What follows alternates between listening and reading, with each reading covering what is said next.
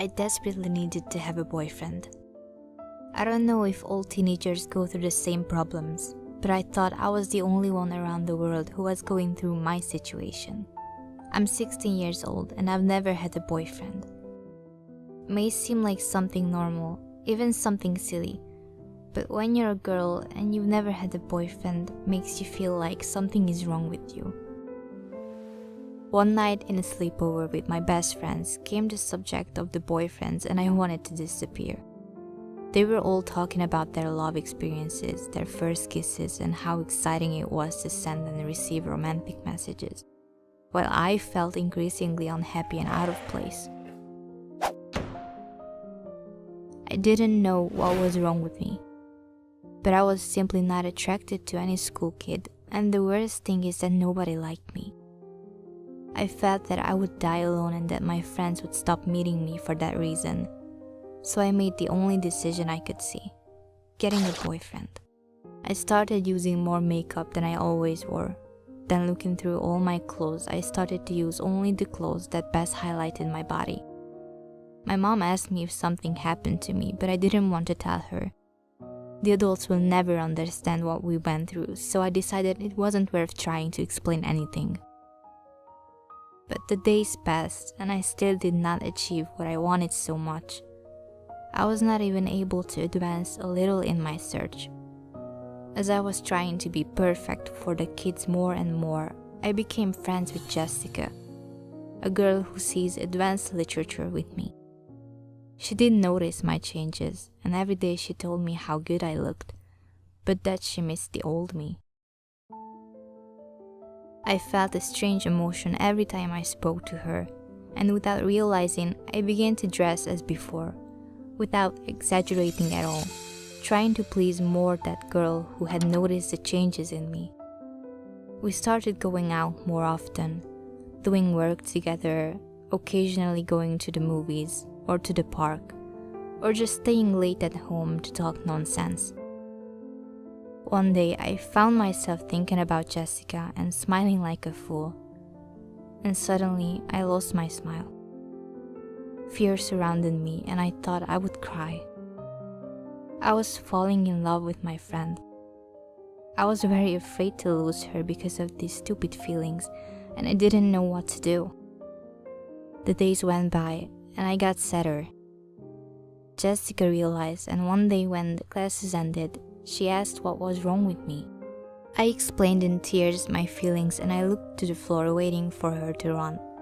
But on the contrary, she hugged me and said very short, "I feel the same." And I knew that everything would be fine. Since then, I have stopped trying to be someone I am not because I realized that the most important thing is to be honest with myself. The hardest part of everything was the loneliness. So I think the best thing from now on will be looking for company in people who have been through the same or might need some advice. I invite you to leave in the comments that story you want to share with everyone.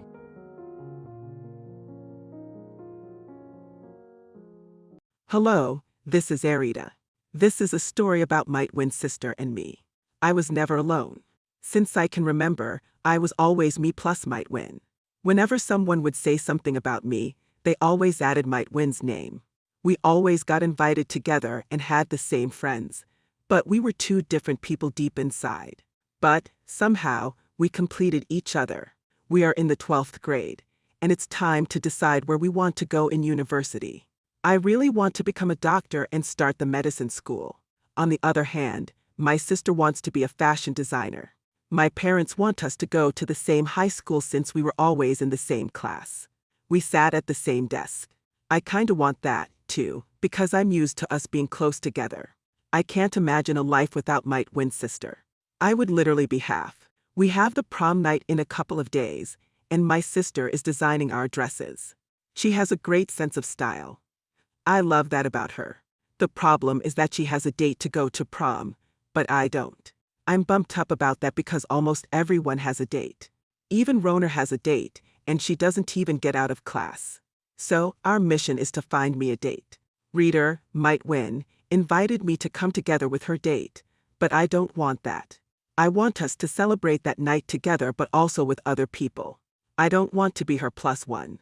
So to find myself a date, I'm planning to go to the gym and shape my body. I have an average body. I never had any problems with it. I think it looks fine, but one day my classroom commented about how if I go to the gym and give my body some curves, guys would draw over me. Maybe that could be the solution to my problems. But I don't want any guy to ask me to prom. I have a crush on a boy. Everyone knows about it, just not him. He is so handsome and tall, but everyone says he is a player. He changes his girlfriend so often that I can't keep up with him. He is a basketball player, so girls fall easily for him. He has a way of attracting everyone. It's like he has a spell over girls. So you can imagine why I've fallen under his spell too. So back to my goal. I want to have a beautiful body, and I have exactly 1 month for that. I'll start the gym tomorrow. I asked Treater if she wanted to come with me, but she said no because she is busy making the dresses. Okay, fine, I now have to go there all by myself. And it is far away from my house and maybe I can bike there. It will be a good cardio. I took my bike and started my way up the big hill that was my nightmare. When we were little, Reena and I would go there and slide in the wintertime. She was always faster than me, and I tried to catch her up when I fell and broke my leg.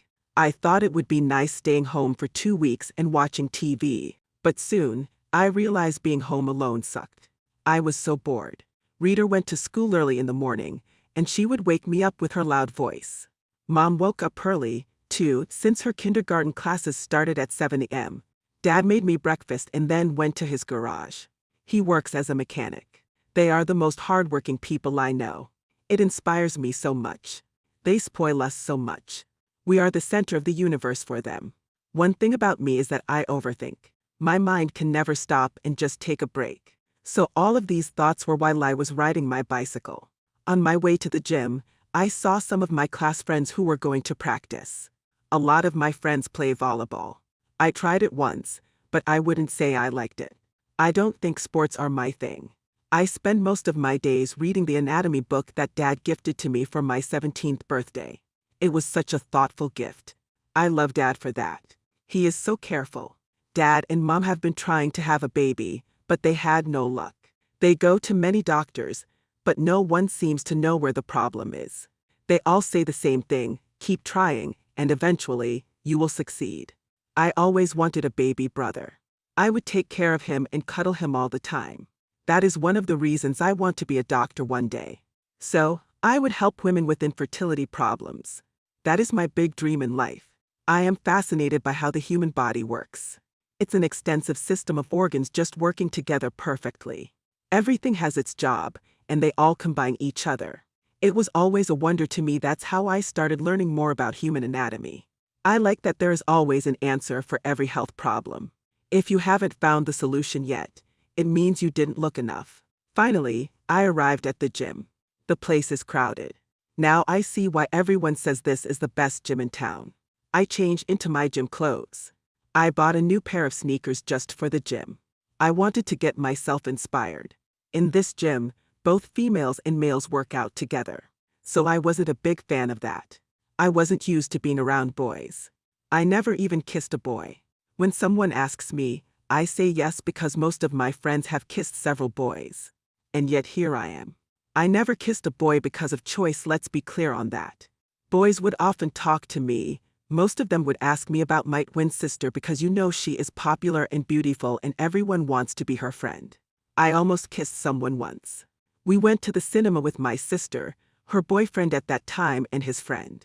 But when he came close to me, he said something so stupid, and I just couldn't do it. My sister was the extrovert in the twinhood. I was used to being the twin who helps everyone with their homework, the one that every boy likes but only as a friend.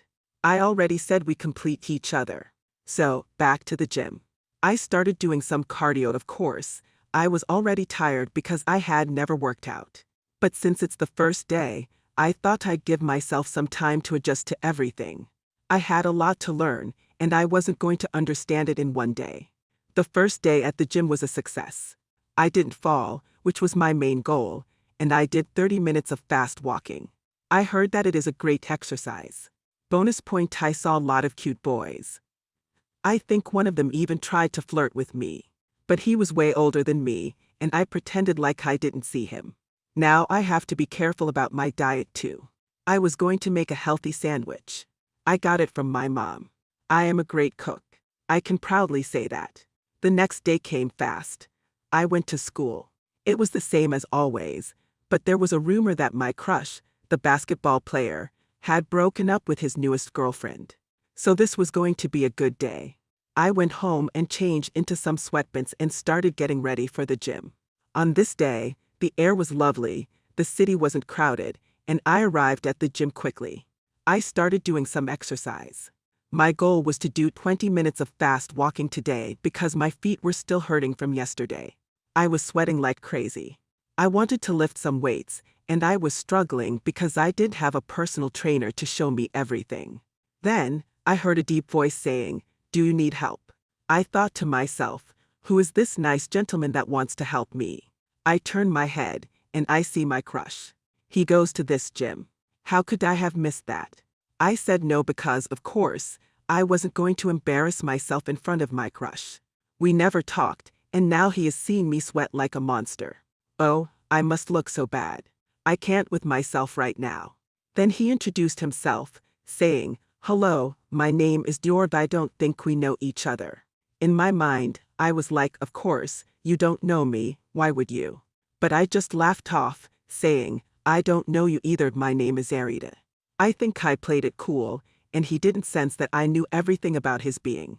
He started explaining some squats to me, but honestly, I wasn't listening to anything because I was mesmerized by his physique. He was so tall, and his figure was godlike. Then he said to me, "Have I seen you somewhere? You look familiar."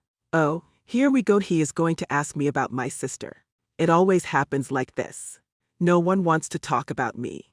I said, "Yes, I have a twin sister. You might recognize her." He then said, "You are so much prettier." That made me blush excessively. I didn't say anything. I just smiled. He continued showing me some other exercises. I thanked him, and he left. He had a smirk on his face that I don't know how to name it. The next day he wasn't at the gym. I didn't go to the gym over the weekend because we visited my grandfather, who was very ill. He had diabetes, and his condition was only getting worse. I loved my grandfather so much. My grandmother died, and he refused to remarry. Everyone suggested that he should remarry, but he didn't do it. He loved my grandmother so much. I hope I'll have a love like theirs. To have someone that loves you that much is a blessing. He was one of the first cardiologists in our town. Maybe that is why he has a special place in my heart. His whole life was spent trying to help sick people. The weekend was over, and I was ready to start the new week. I was so excited to go to the gym because Dior would be there. I wore my favorite jumpsuit and grabbed my bike. But when I went outside it was raining, so I couldn't bike to the gym. I took a taxi and went there. Since it was raining, the gym was almost empty. I loved that. I didn't like crowded places. Only a few people were there. I didn't see Dior there, so I thought he wasn't here. But then he came out of the wardrobe and came to say hello. I became so shy, but I was determined to play it cool. We chatted for a while, and he seemed so funny. He was so easy to talk to. And he asked me a lot of questions. It was refreshing to have someone interested in the boring details of my life. But he wasn't trying to flirt with me.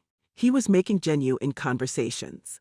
He told me about different diets that help tone the body.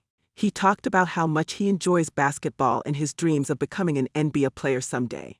He had so many ambitions. I liked that very much. If I was going to have a boyfriend one day, he should have big dreams and ambitions. He asked about my dreams, and I told him that I wanted to be a doctor. I started talking about my goal of helping others, and I got carried away. He was looking at me like an angel. I believe the girls that fall for him. He is too good to be true. Days went by, and we would see each other every day at the gym. School was going great. Dior would say hello at the school too. But we didn't talk a lot at school. I don't know why is that. The rumors were definitely true. He and his girlfriend broke up. She talked badly of him. Apparently, it was him that left her with no reason. Rita told me this since Rita's boyfriend was friends with Dior. The whole school knows him, of course, they are going to talk about him. It is a small town. Everyone knows everyone. I was so excited to see him at the gym. It had become our little routine. I got used to being near him, and when I went home, I would miss him sometimes. He never talked about his ex-girlfriend, and I didn't ask him about it. Why would I do that? He asked me one day if I had ever had a boyfriend. I told him that I wasn't interested in having a boyfriend or that the people who approached me were lame. He laughed at my comment and said, "You just haven't met the right people." I guess that was true, but I never felt the need to try and get a boyfriend like everyone else. Even though I would like a prom date, I still haven't found one. That was kind of a problem, a big one, I would say. So the hunt begins. I need to find myself a prom date. I only have 2 weeks. Where was I going to find him? Should I open an Instagram account to find myself a date? But all the handsome boys are already taken, so am I hopeless at this point? I guess we are about to find out. To be continued. So I got no luck in finding a prom partner. I've tried everything, well, not everything. I didn't open an Instagram account. But I asked my classmates, and they were all taken. I even asked for help from my sister, and all of her friends were taken. Except for one, Dior, who broke up with his girlfriend and didn't ask anyone else to go to prom with. Maybe I was secretly hoping Dior would invite me to prom. Why wouldn't he? I look better than I have ever looked.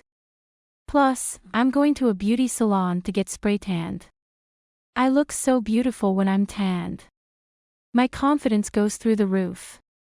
Days were going by fast, and prom was in a week. Rita was almost done with the dresses, and I couldn't wait to see how they would turn out. I was going to the gym every day, more passionate than ever. Dior and I would exercise together and have so much fun. Imagine he made the gym a fun place to be. How cool is that? I can't believe that I'm saying I am this passionate about the gym. Imagine me from all the people. That must be something, right? Dior and I were closer than ever. We talked about everything except for prom. He never asked me about prom night, and I thought he wasn't going. Then one day, as we were working out, he said, "Are you going to prom night?" I told him I wanted to, but I did not have a partner. He smiled and asked me to go to prom with him. I couldn't believe my ears. My crush, the most handsome boy in our school, just asked me to go to prom with him. I immediately said yes, we get along so well, so I was sure we would have a good time. He got so happy, and we continued with our workouts. I no longer had to worry about the prom partner.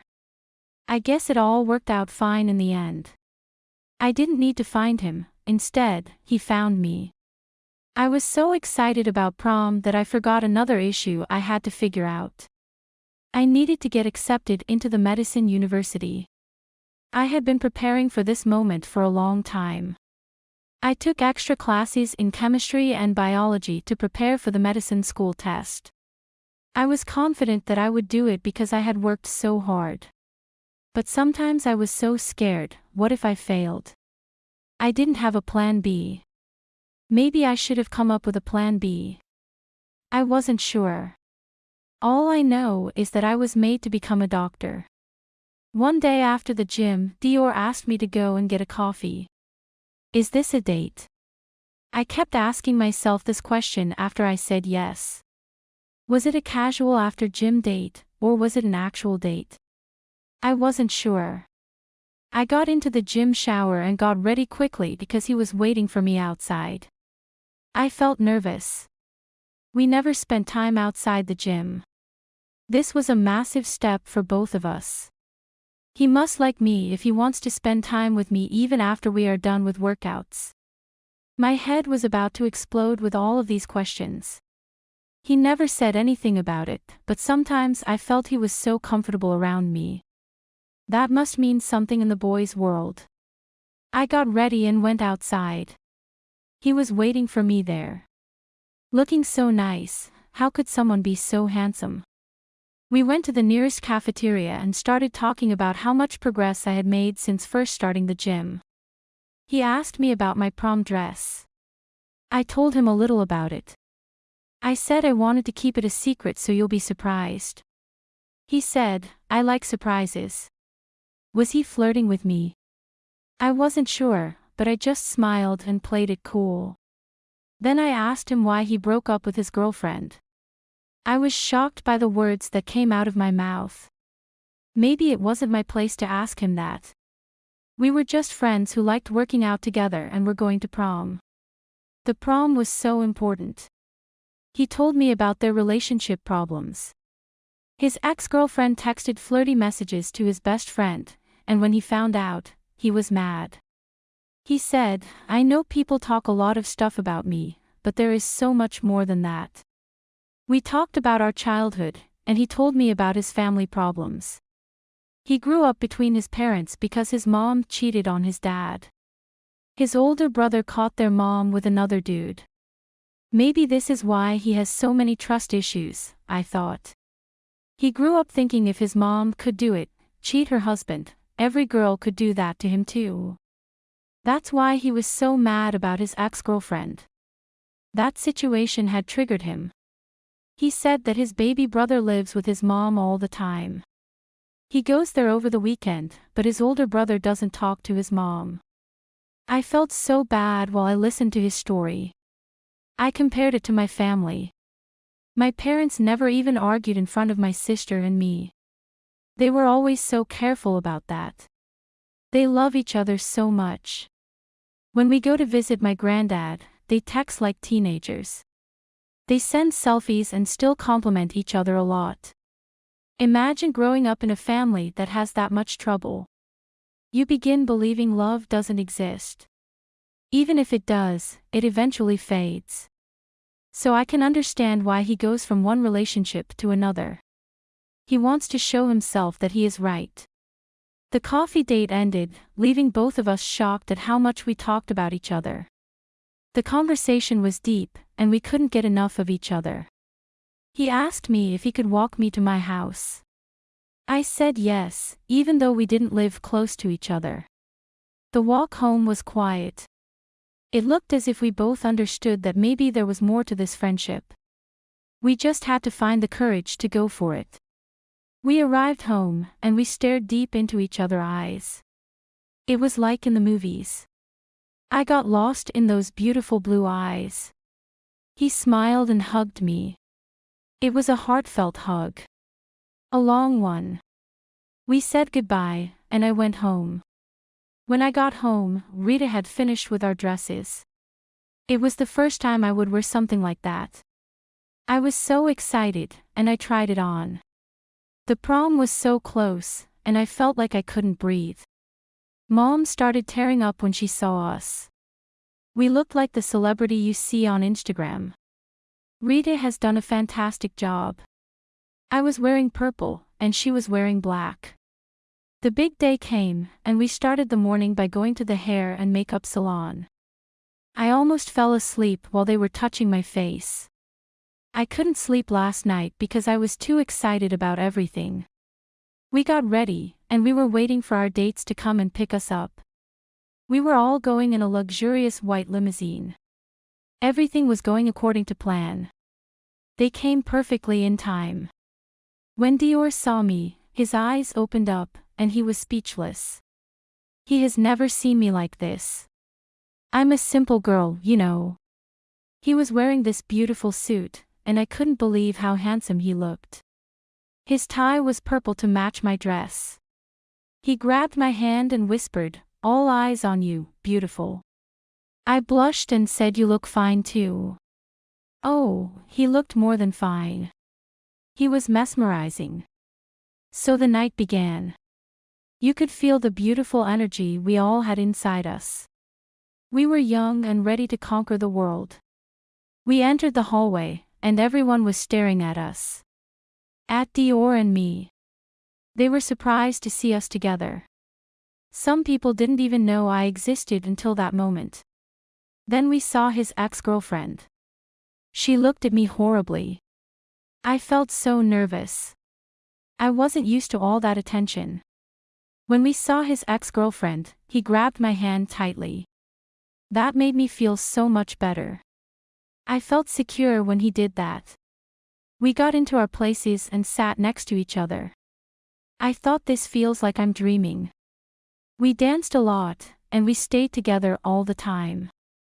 Then, at some point, I didn't see where he was. I saw his friends, Rita, and her boyfriend, but I couldn't find him. Then I went to go to the toilet, and that's where I saw him and his ex-girlfriend. They were so close, and they seemed to be arguing about something. Then, she leaned on him and kissed him. I was shocked by what I had witnessed. My heart broke, and I walked out of there as fast as possible.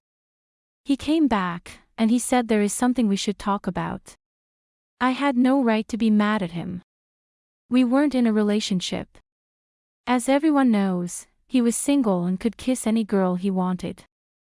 I knew I had developed feelings for him during our time at the gym, our talks, and long hugs. But it was still too early for anything serious. Why was I that upset about what I saw? Of course, they could have contact again. They were together for a long time, but we talked about that. He explained it to me how much she hurt him, and now he kisses her back. That would mean none of the words he said to me were true. I truly believed him. I saw the honesty in his eyes and felt it through his words. I was distant the whole rest of the night. I would lie if I told you that he didn't ruin the prom night for me. I hate to admit it, but as much as I tried having fun, the flashback of that kiss just came to haunt me. The night was over, and we got into the limousine on our way back home. It was late at night, and I was so tired.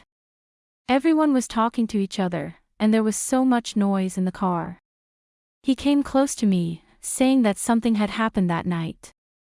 Of course, something happened. I saw it. But I pretended I didn't see anything to prove if he would lie or tell me the whole truth. He started explaining that his ex-girlfriend was so drunk she was making a fool of herself in front of everyone. So, he took her to the bathroom because apparently, she wanted to talk about something with him. I told Dior, you don't need to explain anything because I'm not your girlfriend. I said, you can do whatever you want, you're single. He stared into my eyes and said, that is why I'm telling you this. I want you to be my girlfriend, and I don't want us to start with lies from the beginning. I appreciated his honesty. I still had to pretend like I had no idea what was going on, and then he told me the whole story, just like I had witnessed. I was so happy that he wanted us to be together, but I didn't know what to do. I had mixed feelings. I just saw him kiss a girl. And not just any girl, but his ex-girlfriend. Which was even worse. He said we don't have to decide tonight whether or not we should be together, but it was important to him that he told me the whole story. I should know what I'm dealing with before I make a decision. I had so much to think about. I saw this coming, but I wasn't sure about what he was feeling. We said goodnight, and he kissed both of my cheeks. I just wanted to go home and go to sleep. It was enough drama for one day. Our parents were awake, waiting for us. They started asking us questions, and Rita did all the talking. I was too busy thinking about what had just happened. He kinda asked me to be his girlfriend but also told me his ex kissed him. What an ideal situation. When we went to bed, I told Rita everything or else I was going to explode. She listened to everything and said that I should give him a chance. She was so happy I was finally interested in someone. She said that his ex-girlfriend who jumped on him, so he has no fault in that. Plus, he told me all that he really wants to make this work. I finally closed my eyes and fell asleep. The next day I woke to a text from Dior saying, "Are you coming to the gym?" I didn't reply. I still didn't make a choice. I needed some time to think about it. I wanted to test myself if I could stay without being in touch with him. Days went by, and I didn't respond to his texts or go to the gym. I missed him. He had become an essential part of my life. I was also distracted by the university test. I was so nervous about it. It was in a week, and I was making the last preparations. A day before the test, I went to the gym at the same hour we used to go. I wanted to see him, but I didn't want to respond to his texts. He wasn't there. I stayed over for an hour or two, but he wasn't showing up. I went home and took a long shower. I had an important day ahead tomorrow. I needed to be relaxed and well rested. I woke up feeling good about myself. I had worked so hard all these years, and there was nothing more I could do. If it was meant for this to happen, it would happen, I said to myself. No need to force anything. My dad drove me to the medicine university. I was nervous. We talked on the way there, and he wished me luck. Rita had her test tomorrow, and there was a lot of tension in our home. I got in and went to a class where it was being held. I got the test, and most of the questions were from the extra classes I took. I finished the test and went out. It was so hot, and I called a cab. The second I got home, I took a nap. I woke up to my mom saying the results were posted online. I started shaking as I was searching for my name. There I was, in the top 10 on the list. I cried, Mom cried, we all cried. I was the happiest girl that day. All I wanted to do was text Dior and tell him about the good news. So I did that, and we decided to meet for a coffee and celebrate. He had brought me flowers. I was so happy to see him. I missed him so much. When I saw him, that's when I decided he was the one I wanted to spend the rest of my life with. Hello, my name is Marika, and this is the story of how I became a teenage mom. I live in a small village in Kosovo. I'm now 16 years old. I live with my parents and my 2 older brothers. I was a teenager like everyone else. I came home from school and helped my mom with house chores. Since we live in the village, there is a lot of work to do. My dad is a hard-working father who gives everything just to see us happy. I love him the most. He doesn't mind sacrificing his own life for his kids. I guess that is what parents do. When I was 15 years old, I started my final year of elementary school. The school was far away from my village, so I had to walk there. Every day I had to wake up early and prepare for school. But I loved learning new things. My favorite subject in school was arts. My soul found peace when I painted. I didn't think about anything else but the beautiful creations I made. My drawings and paintings were often sold for charity and to help the children in need. I was very proud of my work because I had a purpose. I had a lot of goals for my future. I wanted to study arts and become a famous painter. But everything went downhill when I met a boy. He was the same age as me, and we took an art class together. He seemed so lovely and good-looking. I really liked him, and we would often talk about art. One day, he asked me to go on a date with him. I said no because I had never been on a date before. What would I even talk about? Plus, where would we go?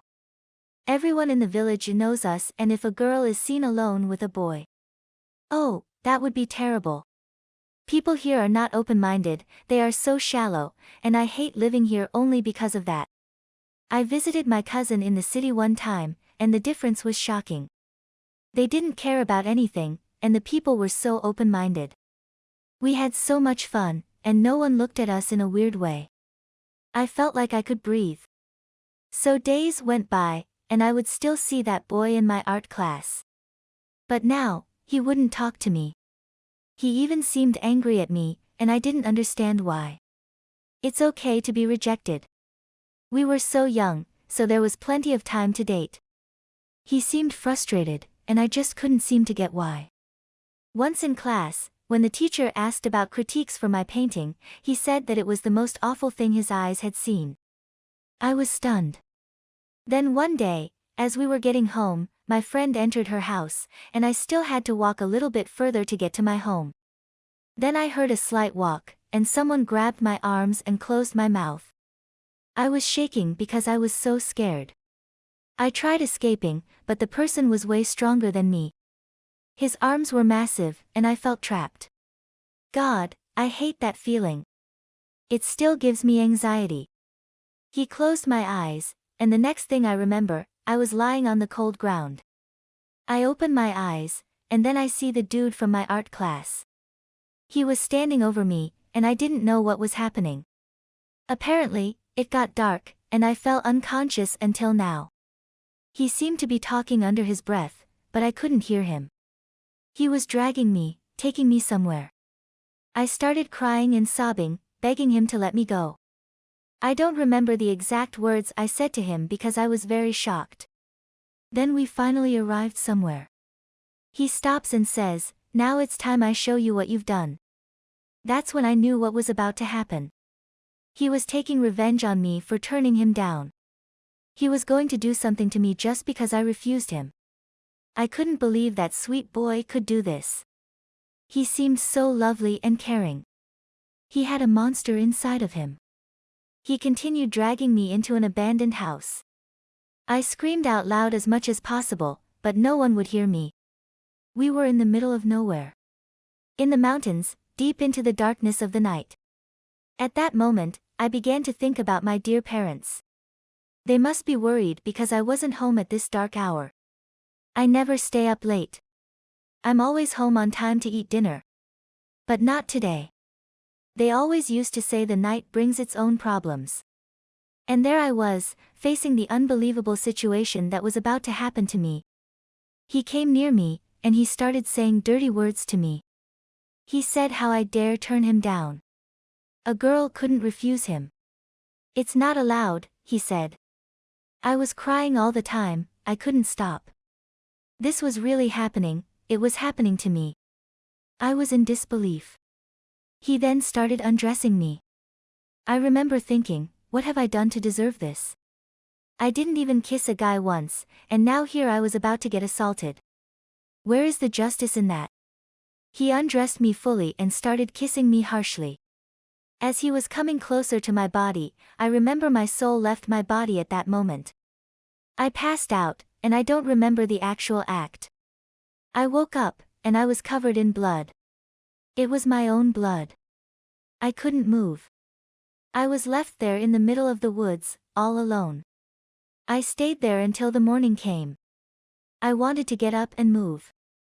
Run as fast as I could, but my body was in shock. I was still bleeding. Everything hurt. I remember thinking life would never be the same after this. I thought, what would I say to my family? How could I tell them that their own daughter has been raped? I finally gathered all my forces and got up. I got outside the old house, and I didn't know where I was. The birds were singing, and the sun was shining so beautifully. Everything continued the same, but I wasn't the same person who woke up yesterday. The wind was heavy, it was going through my skin. I felt invisible. I kept walking, hoping I would turn up somewhere. I felt so small, so fragile. Suddenly, I see a car passing by. At that moment, my feet can no longer hold me, and I fall to the ground. It was my dad's friend. With a shocked face he took me to his car carefully. He was talking to me as he would talk to his own daughters. Asked me about what had happened, why was I all alone in the woods. He was talking to me so softly while taking me home. I couldn't say anything, I just kept crying. As we entered my neighborhood, the memories rushed into my mind. I remembered my happy childhood. I was raised by a struggling family, but I never knew we were poor. My parents always made sure I had everything that I wanted. As I got older, I realized they worked so hard that I didn't notice the financial problems. They were so kind and loving. My oldest brother was the strict one. He would always keep an eye on me. If I acted differently, he would always notice and ask me questions. The middle brother loved making jokes with me. We were best friends. Now, how do I tell them about what had happened? I was feeling so weak. Would I be able to speak? These are the questions that were haunting me. When we got home, my parents came out of the house. Their faces said everything. They looked terrified. Of course, they would be. I was never home late, let alone stay out all night. But, they still didn't know why I was out that late. They were about to find out about the nightmare I had gone through.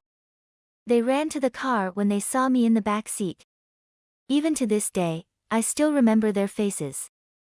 My heart breaks every time I remember that horrible day. I couldn't say anything. My dad's friend was telling them about where he found me. They were looking at me, asking me all kinds of questions. They were looking at my body, covered in blood. Then I said a boy did this to me. My mom had already started crying, then she passed out. Dad started screaming about how he would kill the boy who did this to me. My dad's friend, whose name is Nazar, tried calming them down. He said to my father that he should call the boys. We should go to the police station and make a report. I shouldn't clean myself because those are evidence of the assault.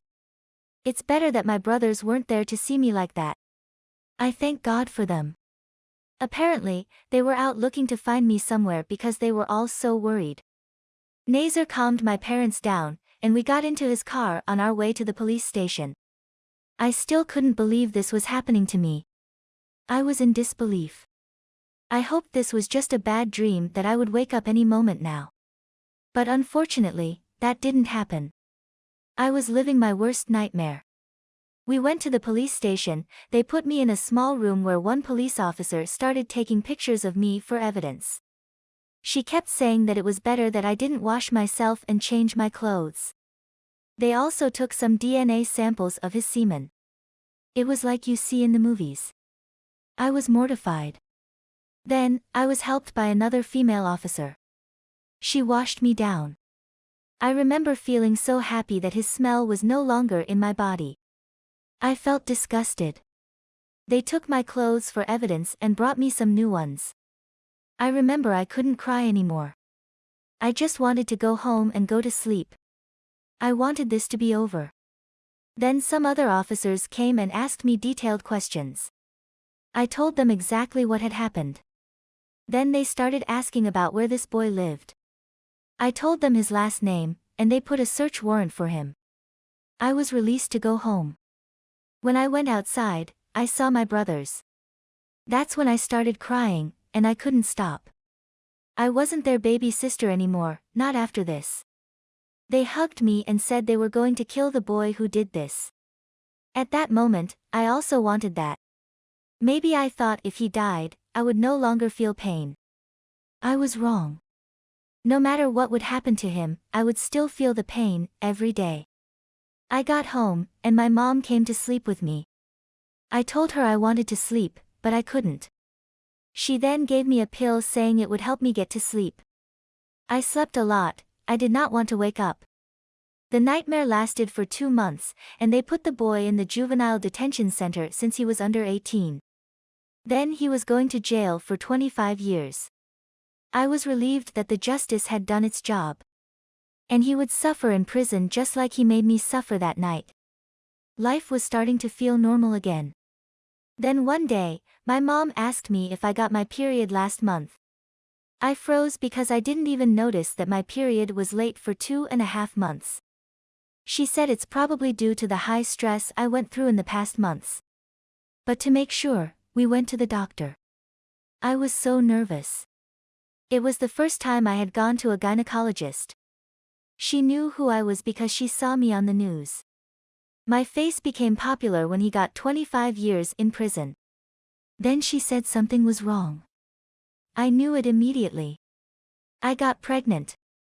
The doctor said it was too late for an abortion since the kid was developed. I would carry the kid of my own killer. How is that possible? How is that human? I was shocked. Then my mom said we will take care of you. And she kept her word. Since that day, my family has been my biggest supporter. I gave birth 2 weeks ago, and I'm going to be 17 next month. I took the rest of my exams, and I will graduate high school. I named my baby girl Drida. Because at the end of that infinite darkness, she was my light.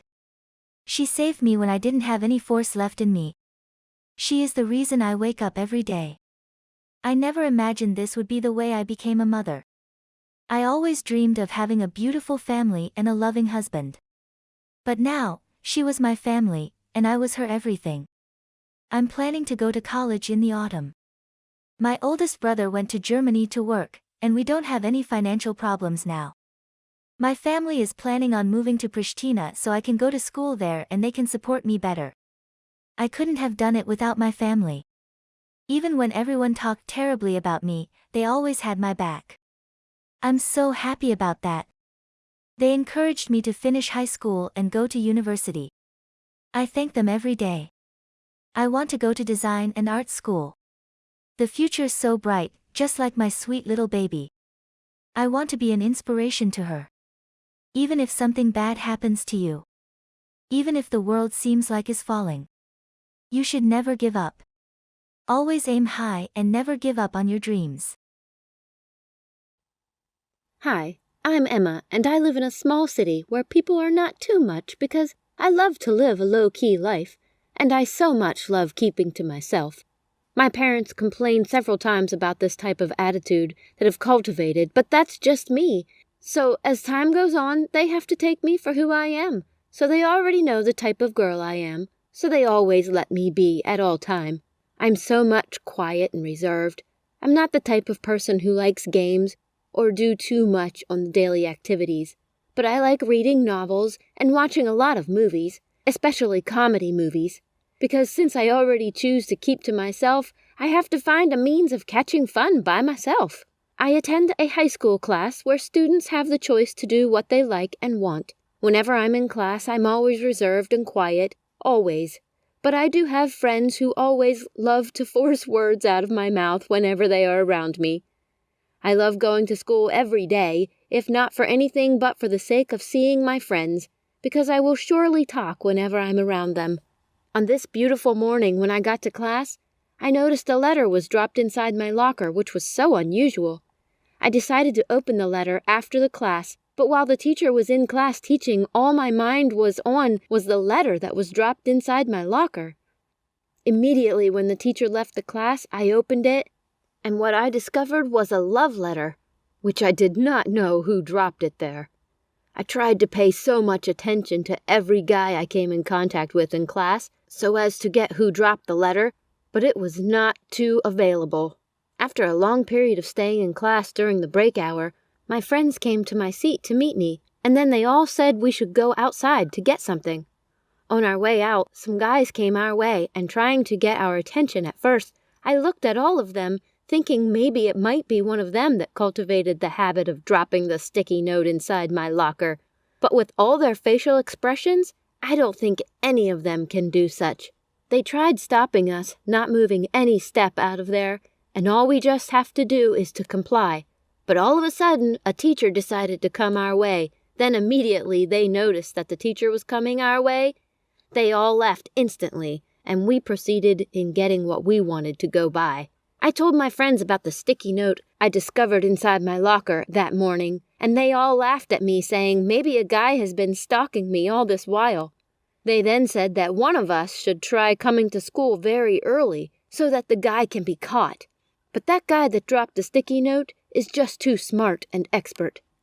We tried for days, but we could not get the guy, so I told the ladies to forget the issue, that I'm very sure that one day he will surely reveal his identity. As time goes on, it became a regular routine. Every blessed morning when I get to my seat, I will surely find a sticky note with a love quote inside my locker. At some point, I got annoyed and frustrated, but there's no point yelling because I did not know who was doing such a thing. So I decided to stomach it, and I did not tell it to anyone. One day during school hour, a teacher at school was explaining to us a physics experiment, and he made it as a game because he wanted all the students to participate and be carried along. During this process, all students participating closed their eyes and tasted, perceived, and some liquids to tell what it is based on their taste. It was quite fun because all students were carried along for the first time at school, and we all laughed where someone guessed wrong because we all gave various answers, knowing fully well that our tasting boards are different. I really enjoyed the class that day because it was so much different. The following day in class was Friday, so a group of people in class came together and discussed that we should have a get-together party on Saturday, which is the following day. So they asked the whole class about their opinion concerning the party. To my surprise, everyone was happy to hear that they all turned in. Well, as for me, having a get-together party on Saturday, though the plan was a little bit awkward to me because I don't really like associating myself with things like that because I so much love keeping to myself. A venue was picked, and all planned was so fascinating and lovely. Actually, I love the plan because I want to see how it will look for the first time by the beach side, so I decided to hang out that day. When I got home that day, I told my mom about the plan of going to the beach the following day. She was so happy to hear that because she's never seen me going out before. So that night, my mom came into my room and went directly to my wardrobe to select the clothes I will be putting on the following day. When it comes to selecting clothes for an event, my mom is very good at it, and she so much loves me looking good and cute, always. So the day finally came. I woke up so late, maybe because I slept late checking out the clothes my mom was picking for me to wear. I had to rush to the bathroom to have my bath so as to dress up to meet with the event, knowing fully well that I'm late already. After having my bath, I dressed up, looking cute and pretty for the event. After dressing up, I set out for the party immediately. So finally, I got to the venue a little bit late. And trust me, just as planned, all eyes were on me because I was so much looking gorgeous and pretty. After getting there, a guy named Sean in my class ran towards me to give me a long hug and a peck. After he did that, I was so shy to take a step away from where I was standing. But from the look of things, he's been a long-time crush. Throughout the party, Sean was all over me, because that will be the first time he will have the opportunity of talking to me and expressing himself. We both have a walk together, and he told me a lot of things about me which I was so surprised to hear. Then I knew he has been the guy stalking me. Actually, Sean has been the guy dropping all those sticky notes with love quotes under my locker. At first, when he told me he was the one, I was so mad with him. Then I told him that he's a coward. If not, he would have come to me himself and not by note. Then he said he did not know what I was going to say because he did not want to be too forward. Then we both smiled and laughed together. Then we moved on with the party. We hung out and made a walk through a beach and had fun, and then we all decided to go to a friend's apartment. So a small group of us went into the apartment, and here comes the idea to play a blind taste game. Similarly with a game we once played at school. I was so anxious to play the game, but at the same time, I didn't want to join. I simply refused, but then I thought of it that I am the one who is really good in tasting things and smell very good, so I later decided to participate in the end. So as usual, the game started and was getting more interesting and fun, but still yet throughout this period, Sean did not leave my side for once. Well, he might be thinking he might not have this type of opportunity again. So everyone's turn during the game came and went, and here it comes my turn. So a guy closed my eyes and pushed my head towards the object. So I tried to perceive the object. I was not getting it. Then I tried touching it with my nose. At first it was a strong object as I touched it with my nose a bit and said, "It's a pen," as it does not smell at all. They all smiled. And then I was wondering what could it be. I then gave another try, but the object this time was softer. I was then surprised, thinking within me, maybe the object has been changed. But then I asked if they changed the object, and changing the object is outside of game rules. They all said no, that it's still the same object, and I thought, what could it be? But I had no answer. After a little moment of thinking, I grabbed the object with my hand to know what the shape of the object looks like. Then I feel it was a tall object, similar to cylinder, and I immediately opened my eyes. I was so much afraid because it is something inappropriate. When I opened my eyes, what I saw was simply a banana, which was so different to what I felt when my eyes were closed and everyone was laughing at me. I was annoyed, and only Sean could notice it then. He came to walk me home. He explained to me that it was a banana, but still yet, I disagree. I just told him to close the discussion. When I got back home, I greeted my mom with a weird look on my face. Then I went straight to my room. She gave me some minutes to be by myself before she came to meet me. Then she asked me what happened at the party. Then I narrated everything to her, not leaving behind the aspect where Sean came to give me a long hug and a peck. She told me not to be annoyed about the game, though I have forgotten about how I felt during the game period because the thought of Sean is now all over me.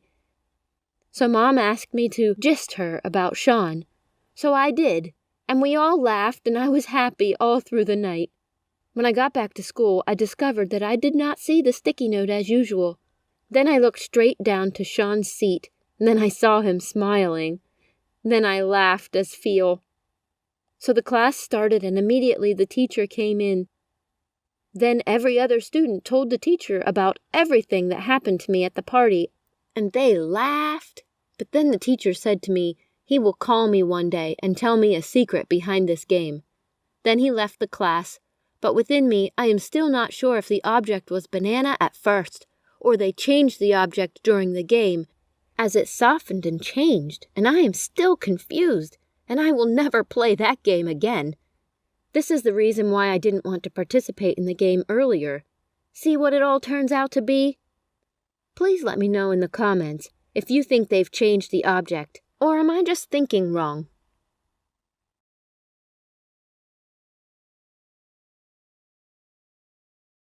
Hi, my name is Lyra, and I'm 17 years old.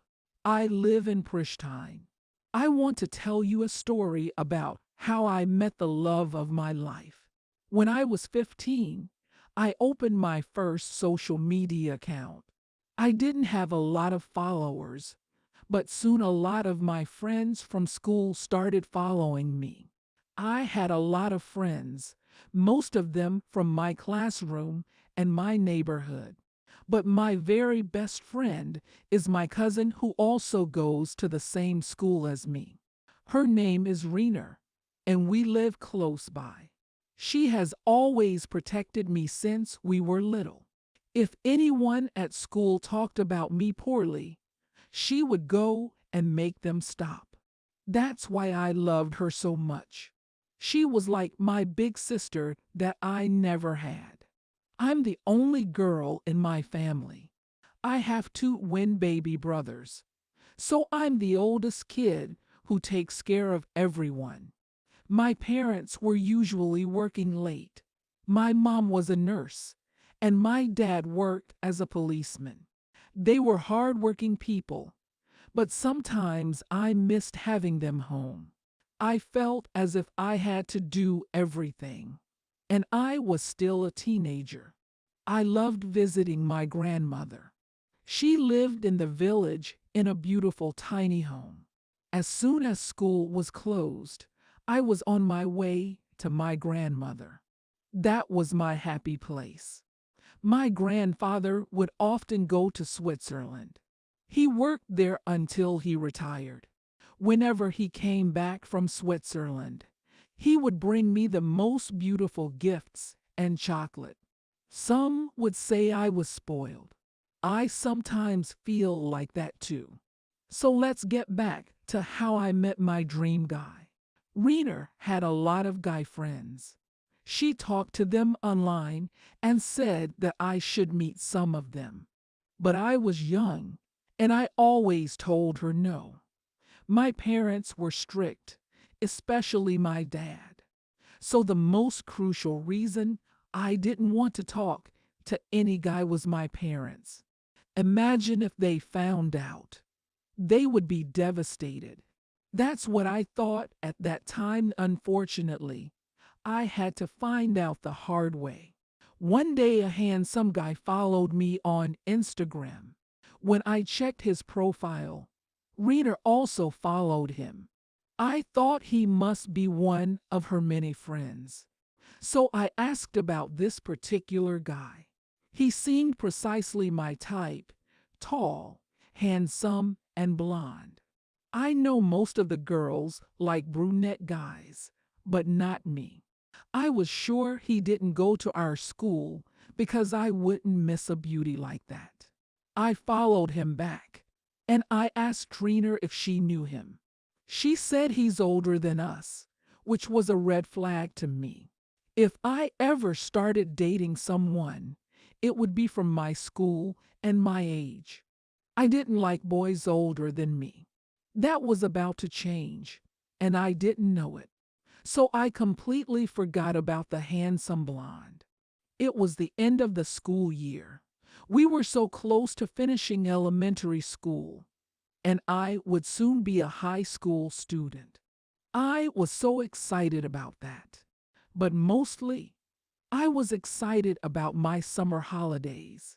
I had it all planned. I would go to my grandmother's and sunbathe all day. I look so beautiful when tanned. I love it. My green eyes look even more beautiful with chocolate skin. I didn't take much care of my body, but I liked running, so I guess that helped me not gain weight. I heard girls from my class talking about diets and going to the gym to lose weight for prom night. I didn't have time to go to the gym. Oh yes, I forgot to mention prom night. Most of the girls were obsessed over for months, trying to find a good dress. They even dyed their hair, which was shocking to me. We were only 15 back then. I'm 17, and I still haven't dyed my hair. So prom night came. I wore a beautiful dress that I bought with my mom in one of the stores in Prishtine. It was so beautiful, purple, which was my favorite color. I had some heels to go with it, and I still like that look. A lot of people came to see us. I got a little shy with all those eyes looking at me. We had to choose a partner, and my classmate asked if we would go to prom together. Since he was such a handsome boy, I said yes. He also dressed well, which was very important for dance. Prom night came, and we had so much fun. It was one of the most beautiful days of my life. We all danced together, and some of us even cried because we would no longer be in the same class. Luckily, Rena and I would still be in the same class together, so I wasn't that sad. So the summer holidays were finally here.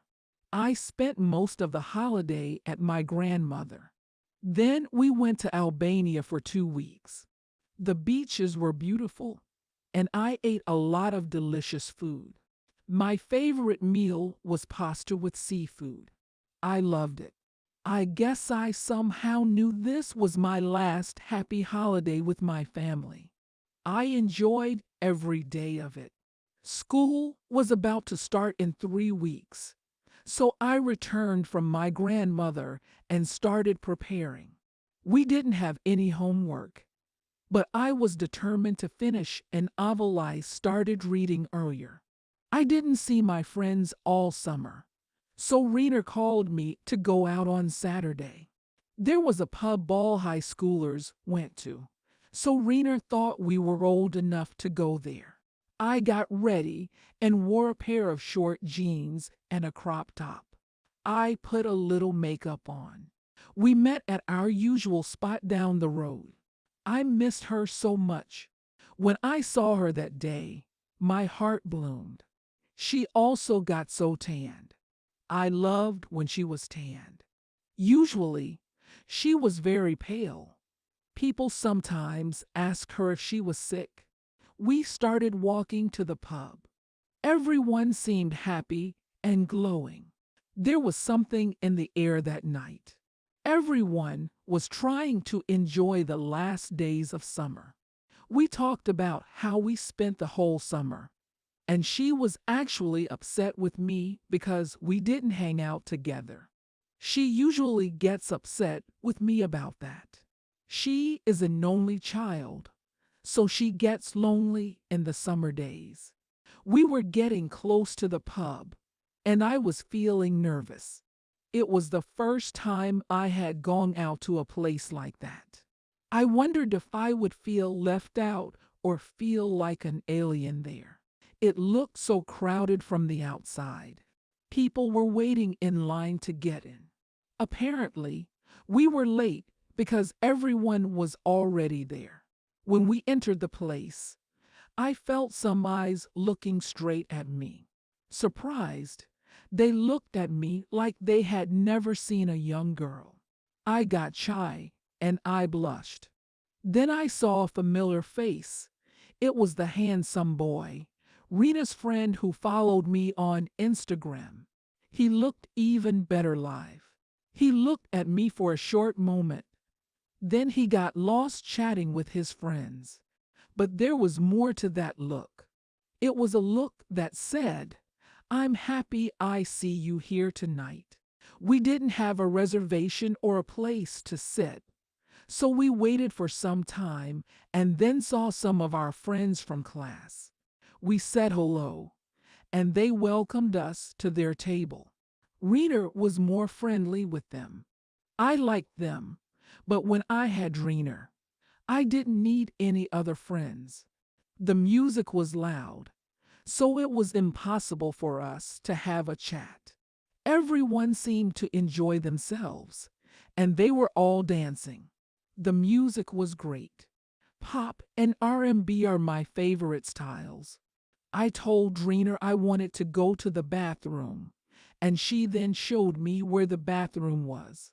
I remember the exact moment like it was today. I was headed to the bathroom when I felt a hand grabbing my hand all of a sudden. It was someone from behind. When I returned, there he was. It was him. I said, "What are you doing?" And I took my hand away. He then came closer and whispered in my ears.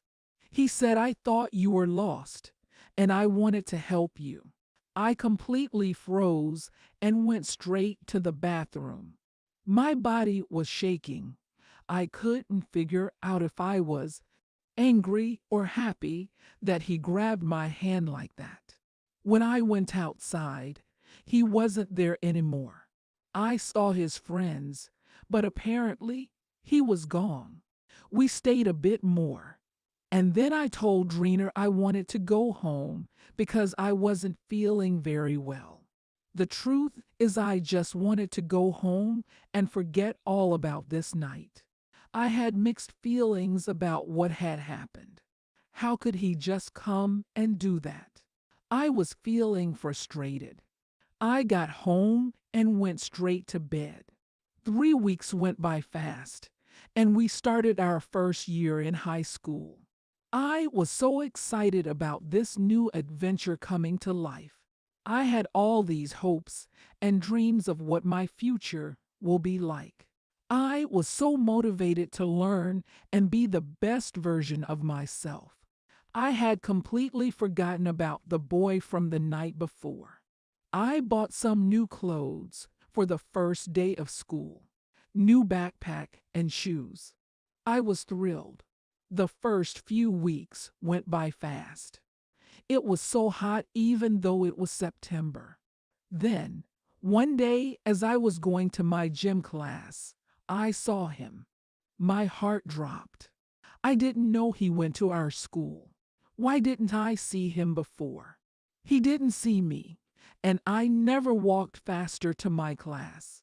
I asked Trina if he goes to our school, and then she started laughing and said I knew you liked him. Of course I blushed, and then she started telling me about him. She said that he had gone to a private school before, but because of his bad discipline, they expelled him. He was 17, and he will graduate from high school this year. He seemed the rich, handsome type who knows no boundaries and is privileged. That's what I thought at that time. But things were about to change, and I had no idea.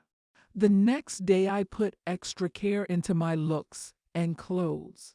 What if I see him and he sees me? Then I would debate myself. I don't even like this guy. Why am I doing this? I didn't see him for the remaining week. We were in the same school. I don't know how was that possible. It seemed as if he was hidden. Over the weekend, I got an Instagram from him saying, "Did you miss me?"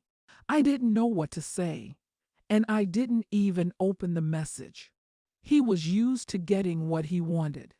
I wasn't going to be his following girl toy. Then, suddenly, I saw him everywhere I went, in the school cafeteria, in the alley, while going to classes.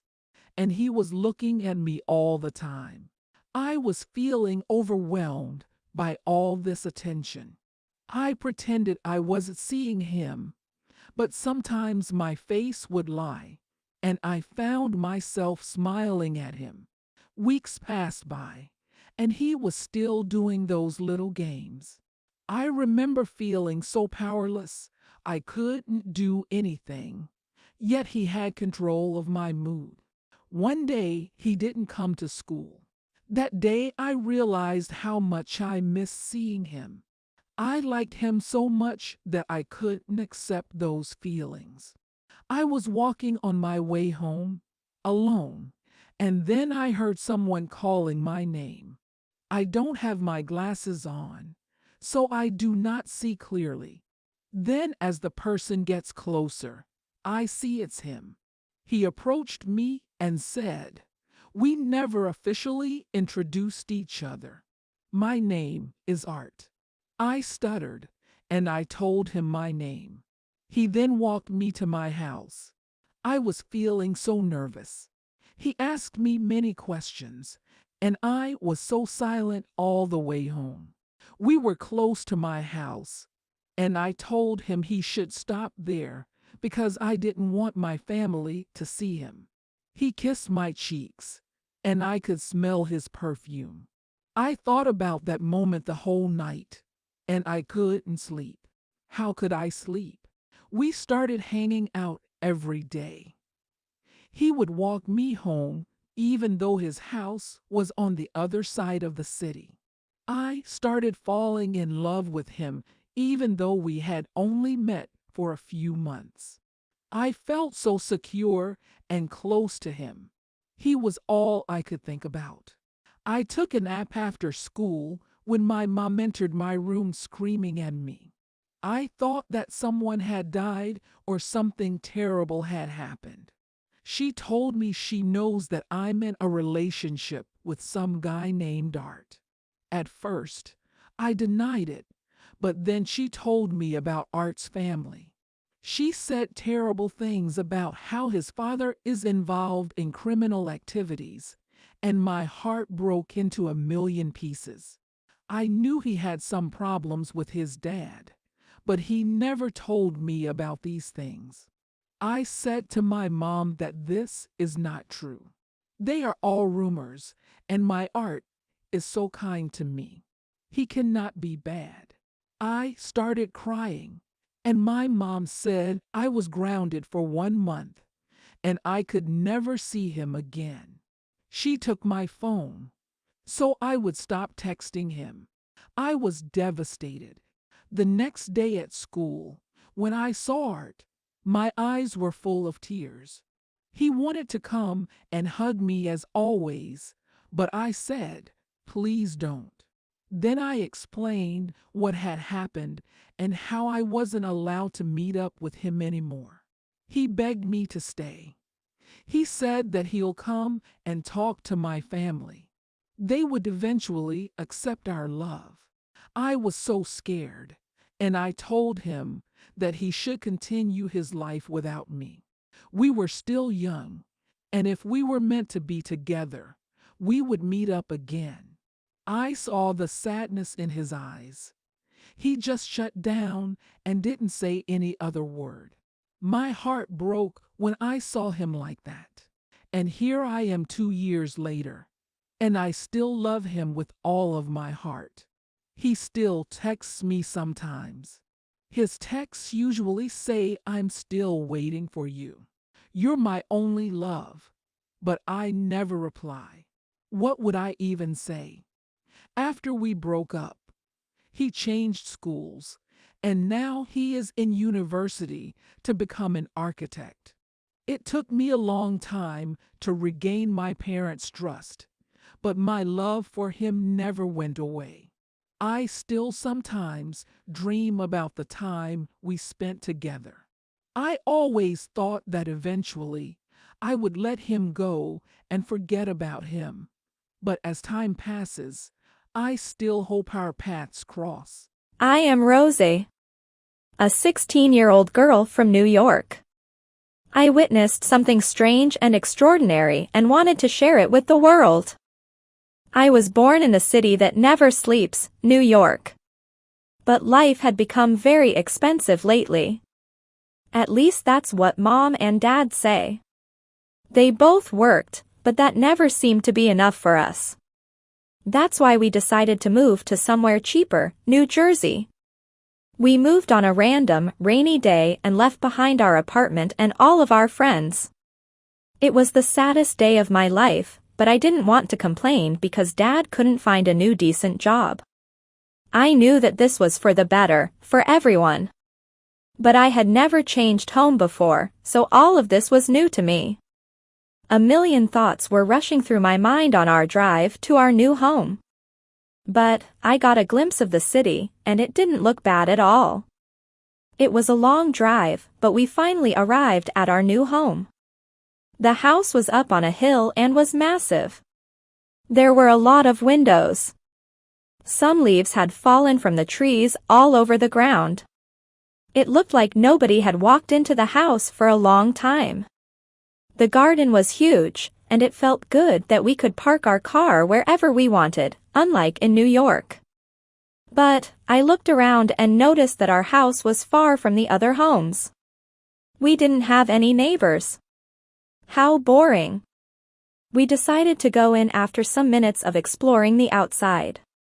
The second that my foot hit the house's porch, the wood that the porch was made with made noises. It was so old and dirty.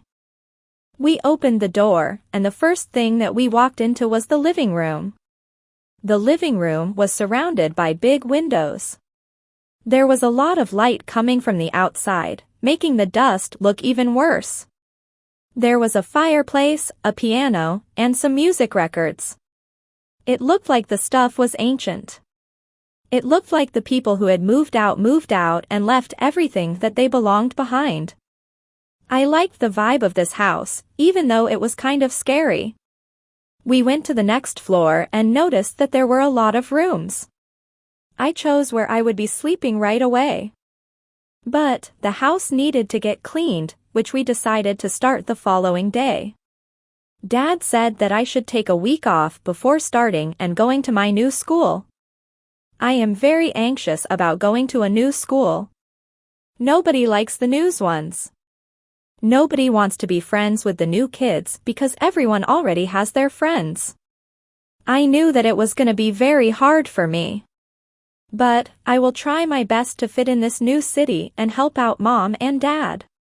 We were tired that night, and all we did was sleep in our own rooms. I opened the room window to get some fresh air and looked around. It looked like that room used to be a kid's room. There were a lot of toys and kids' clothes. I thought I'd be scared to fall asleep there, but I had the best sleep. It was a beautiful, sunny morning. I could hear the birds singing. What a lovely way of waking up. I was glad that I had a good sleep because a very tiring day was ahead of us. Cleaning day. I got up and went to the living room. Mom and Dad had woken up before I did, and they had already started cleaning. I had a very quick morning and began to help too. The house was looking so much better. But there was a lot of stuff that needed to get rid of.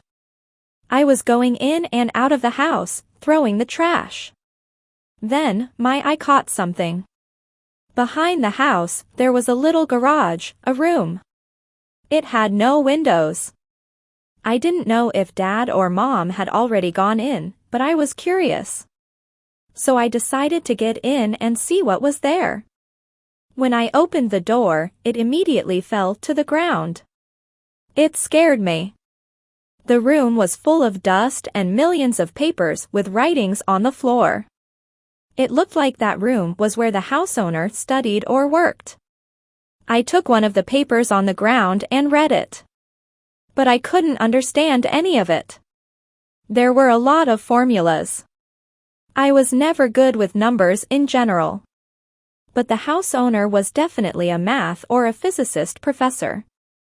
As I was looking around that room, trying to find interesting stuff to tell Mom and Dad, I stepped on something weird.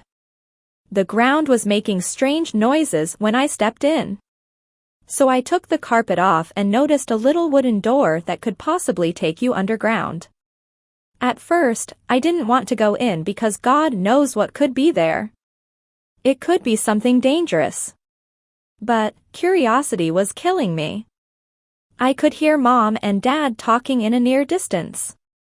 It made me confident about going into that door. I opened the door and walked some tiny wooden stairs. It was a small room and very dark. But not dark enough to press on the light there, hoping that it was still working. The light was glitching but still working, luckily. There were a lot of machines and pieces of metal. The house owner must have been working on something. All of the work seemed to be unfinished, except one. There was something that looked like a toy and was made of metal. I thought the house owner must have loved their kids, making them toys.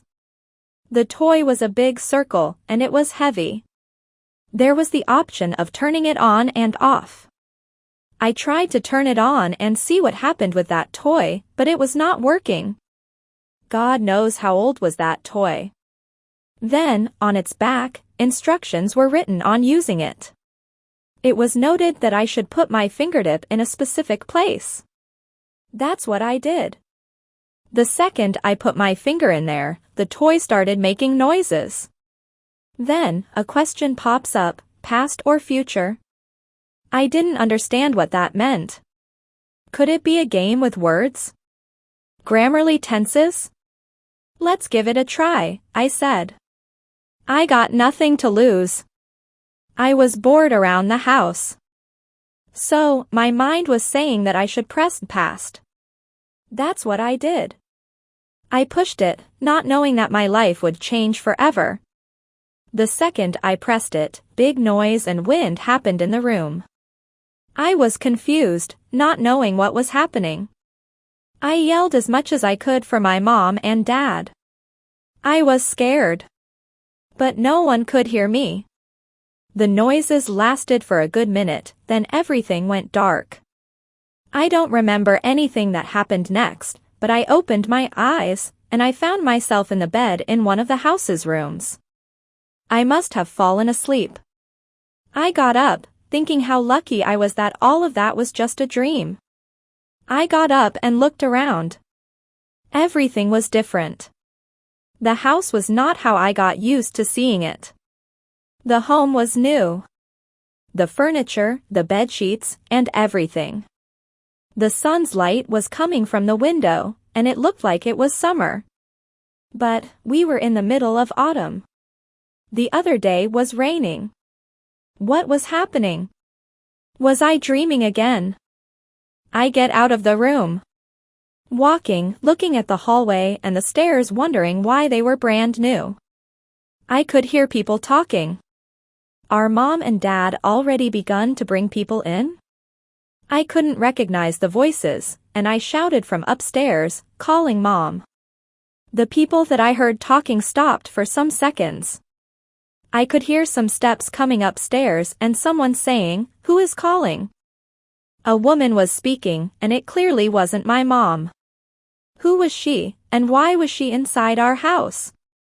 Where were Mom and Dad? I got into one of the rooms and hid in the closet. I could hear the woman searching room by room and then came into the room where I was hiding. I could see her from the closet a little bit. The woman was of the same age as my mom. But she looked like she was from the years 80s or something. The woman was wearing a long dress and had gloves to her elbow. Her makeup was funny and very old-fashioned. She looked like she came out of an old movie. I had never seen her face before. I pinched myself, trying to wake up from this weird dream, but unfortunately, I wasn't dreaming. I had no other choice but to stay in that closet until I figured out what was happening. After some minutes, I could hear kids' voices playing around and came to my room. There was a boy and a girl. They were about 10-year-old or something like this. They began to play with some toys there. The clothes that the kids were wearing looked old too. I didn't want to scare them. I went out of the closet very quietly, telling them to not make a sound and not tell anyone that I was there. But the kids seemed scared and confused. Luckily, they didn't make a sound. They listened to me.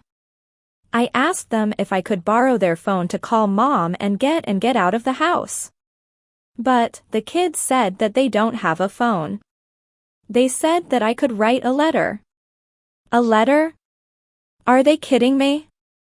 I thought they were joking at first, but they had never had a phone before. But still, the kids offered to help me to get out of the house without anyone seeing me. And that's what we did. Step by step, I made it outside. As I was ready to get out of the back of the house, I noticed the room where I was for the last time. The door was opened, and I could hear someone working on something. I asked the kids who were in there and what was the person doing.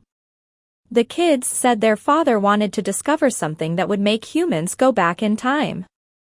But they said that I shouldn't be telling anyone. And that's when it hit me. That's what had happened. I must have traveled back in time. Never knew that this was possible until now. I must find a way to get back to Mom and Dad. I didn't want to be stuck here forever. They don't even have phones. But how do I get into that room was the question. I told the kids that I had changed my mind and wanted to stay for a little longer without anyone knowing. They said I could stay in their room and sleep under their bed. That's where I spent some time. I could see from the room if the man was working inside that room or not, so I could go in there. But the man was there non-stop. Then the woman called everyone for dinner. The kids had gone, and the man went out of the room. He was old, and his hair had almost fallen. He had glasses. I noticed that he had left the door open. I had never run faster in my life.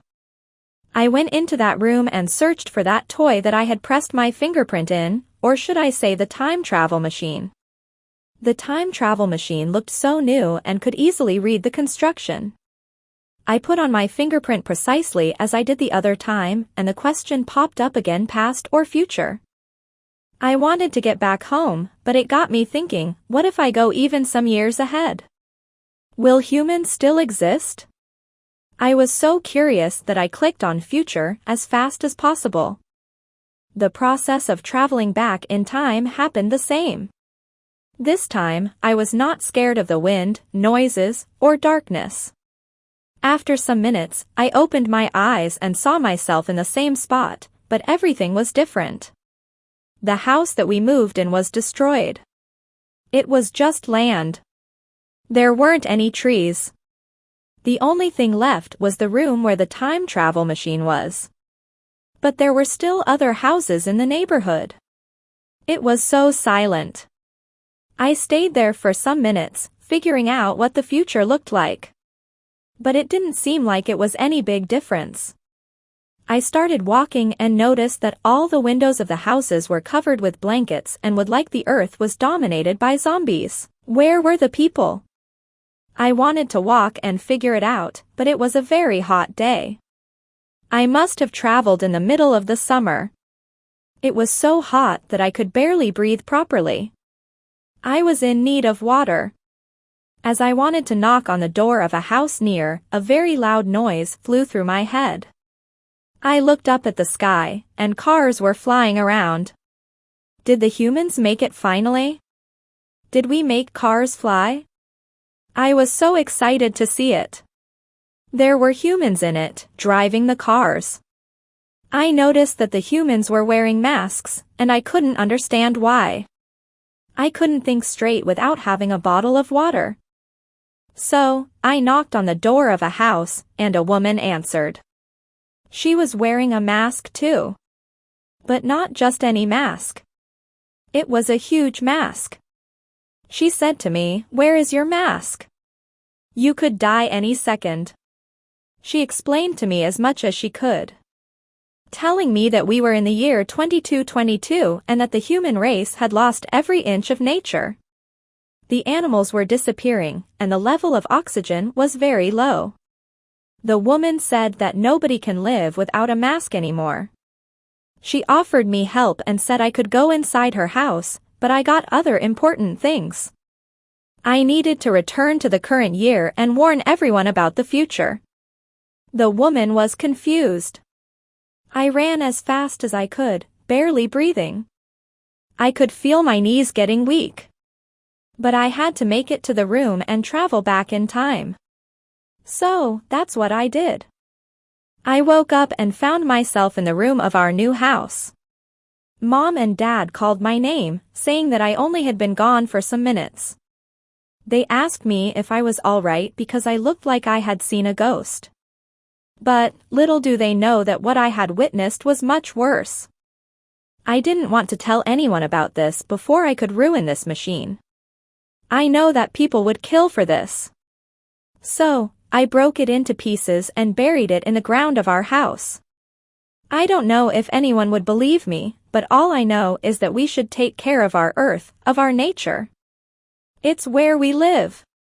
If we don't take care of the earth. Guys, I am Rona, and I just turned 16-year-old. I wanted to take a minute from my chaotic life and tell you this. A piece of my life. Everyone has their own story, and I do too. I come from the tiny city of Kosovo, Gjilin. I love Gjilin. I have spent all of my life here. But, Gjilin doesn't have a lot to offer. I always dreamt that I would do something big in my life. I have dreams that I can't do here. And that's where my story takes place. I have just graduated high school, and I am so ready to take the world. I have always shown a love for art since I was a kid. I could literally draw before I could talk. I love everything related to art. I love going to museums. I love losing myself in paintings. And that's what I want to do for the rest of my life. I want to go to an art school. But, there is a problem. There isn't any art school in Gjilin. But there is one big art school just an hour away, in Pristina. And that's where I want to go and pursue my dream.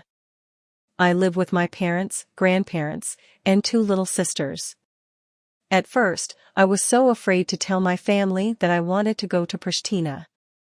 My parents work, but they don't earn as much as we need. My mother is a janitor at a bank, and my father is a taxi driver. If I decide to go to Pristina, I have to live there. I have to eat there. I have to pay for my school there. Plus, Pristina is way more expensive than my city. I know that my parents can't afford to send me there, even though they have always tried their best for us. But, I want to go there. I want to spend the rest of my life doing something I love and enjoy. One day, as I was scrolling on my phone, I came across some news. The art school applications had started, and there weren't so many places left. It is not easy to get into this school. You must be very talented, but I believe I am. I felt like I was just wasting my time, so I decided to tell my parents about my plan. They told me that we couldn't afford it with their eyes full of tears. I felt bad and angry at the same time. That day I spent the whole evening crying. It felt like I was going to lose my dream forever. Then, my grandparents came into my room and tried to talk to me, saying that everything would be just fine. And, they were right. Things took place. They gave me some very good news. they had saved money for years and wanted to give them to me to pay for my school. I didn't want to take their money, I felt bad. But they insisted. They said, "We are old. Our lives had already ended. You have a whole future ahead of you. Take our money and go follow your dreams." Why are grandparents the kindest people in the entire world? I couldn't refuse the money. I told my parents about it, and they were so happy. I decided that the next day I would apply to the school. The next day had come, and that's what I did. I took the bus to Pristina. I was nervous and shaking until I saw the test. It was easy. The results would take only 3 days. It was the most stressful 3 days of my life.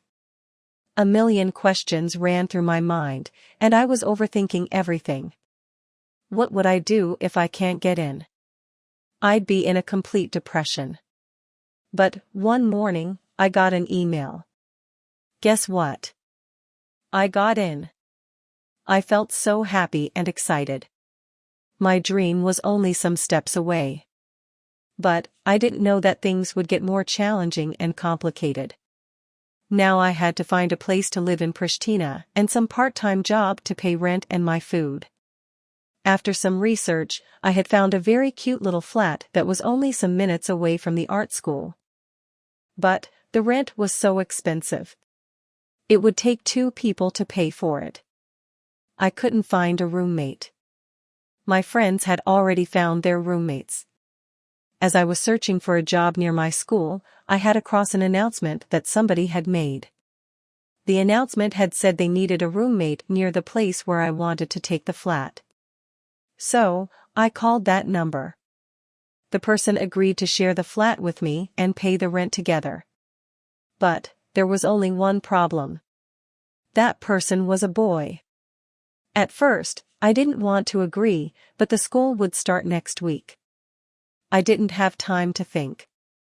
I decided not to tell my family about this because they would get the wrong ideas. Plus, I was sure that I would never see that guy. I'd be busy. I would be busy with school and studying. Plus, I had already applied for a part-time job at a coffee shop. That means that I will not have any contact with him whatsoever.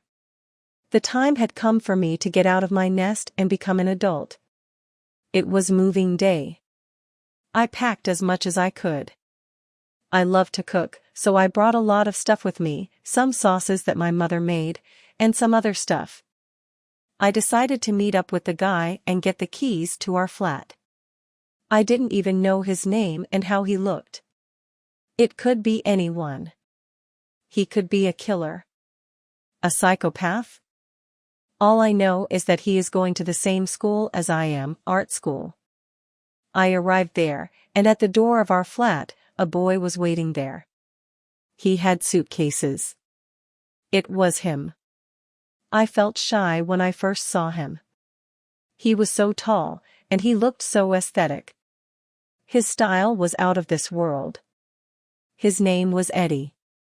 We got into the flat. There were only 2 rooms and a living room. Our rooms were small and very near to each other. There was an old, cute tiny kitchen. We spent that whole day cleaning the flat and getting to know each other. I really felt like I could be best friends with Eddie. Eddie, the flat, and everything had good vibes. My parents had called me 3 times in just some hours. I still hadn't told them that my roommate was a boy. Eddie was an artist too.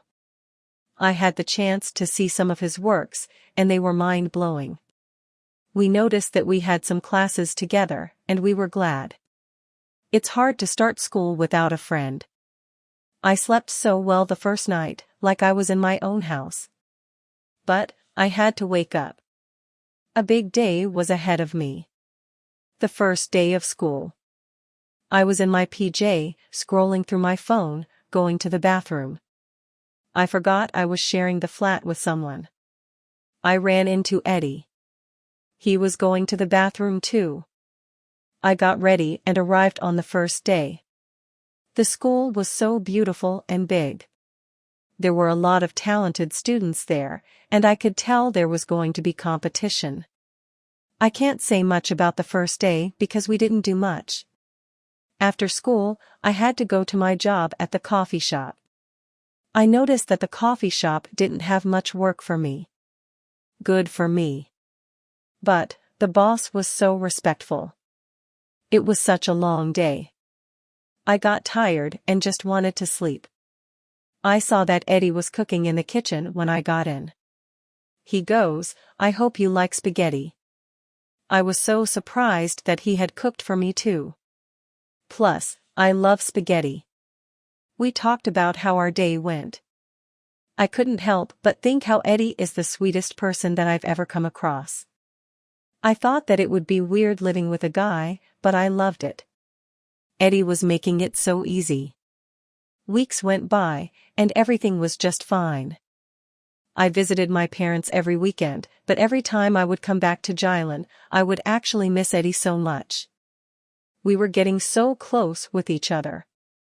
We would draw together and talk about stuff that I had never talked about before with anyone. We would watch TV all night on our crappy couch and our crappy television. One night we actually fell asleep on our couch together, and when we woke up, we felt so shy. There were moments when I felt like we could actually like each other. One day I came back from work, and I saw Ed was painting a drawing. The living room was a total mess, and he was shirtless. He was all covered in paint and was smiling. That smile got me feeling like I could actually be into him. I got back from work one day, and I noticed that Ed wasn't home. He usually was home. I decided to make noodles for the both of us, since all we had been eating was pasta and fast food, and decided to wait for him to watch a movie together. Suddenly, someone knocked on the door, and it was Eddie. Eddie wasn't alone this time, he was with a girl. They were holding hands and laughing. He introduced me to her. She was so beautiful. She had long, sexy legs and hair. They didn't sit to watch the movie. They went and got into his room. Then Ed texts me saying, "Can you go out for a little bit?" I don't know why I felt so jealous and angry. I went out and didn't come back for some hours. I didn't want to disturb them. Then, I got home, and Ed was sitting on the couch. I didn't want to talk. I went to my room. I couldn't sleep but think. I was thinking about how I left my dream behind. I was lost spending time with Eddie, and all this time he had a girlfriend, and he didn't tell me. So, I decided that I would focus more on school from that night. That's what I came for, after all. Weeks went by, and we were communicating so cold. I did my best to avoid him. I tried not to be home all the time just to not see him. One day my parents came to my place in Pristina. I didn't know, and I wasn't home. Plus, they didn't know that my roommate was actually a guy. Ed had texted me that day saying that I should come home. I thought something bad had happened. I went home, and there they were, my parents. They were talking with Eddie, and then Eddie went outside. My parents were angry that I didn't tell them, but then they understood that I had no other choice. They had come to visit me with some bad news. My grandmother had died, and my heart broke into pieces. I couldn't believe it. I decided to go home to Jylland for a week to stay with my family during these hard times. I didn't communicate with Ed that whole week. A week went by, and it was time for me to follow the dream. I remember saying to myself that I would work even harder now for my grandmother. She wanted me to finish school. I went back to Pristina, and there Ed was. Eddie was feeling so sad about my grandmother. He made me cry with his words. We started hugging. I didn't know how much I needed that hug until we hugged. He was holding my face telling me that everything was going to be fine, and then kissed me. I stood back, confused. I asked him about that mysterious girl that he was the other day. He said that that was nothing serious and that he liked me. I liked him too, but I didn't want to admit it. The following day I woke up to the noises of some suitcases. Eddie was leaving and saying that he got a job as an artist and would take a break from school for a year. Was it too late to confess my love for him? Was it too late to say to him that he shouldn't be going? I decided not to say a word, but I know for sure that I will miss him. He said that he would be back within a year. Till then, I will be working for my dream. And if Ed was meant... I am Rona, and I will tell you the story of my life, the story of what happened a couple of years ago. Where can I start? I was living with my family in a so-called third world country. It was me, my parents and my little brother. Life was not easy. My mother had no job, and my father was taking less money than we needed to survive. Even though I was only 16-year-old during that time, I wanted to work. I wanted to work for myself and for what I needed. But, where I lived, there weren't many jobs to do for women. That's why my mother had never worked, and I couldn't find a job. All I used to do was go to school and come back. How was the school, you might ask? The school was great, but the people there not so much. I had realized that when you don't have as much money as your friends, you can never feel comfortable around them. They didn't feel comfortable around me either, so that's why I had distanced myself. The house where we lived was so far from my school. We never had a car, and we always used to walk to school. During summer, it was easy, but in the winter, we would freeze to death.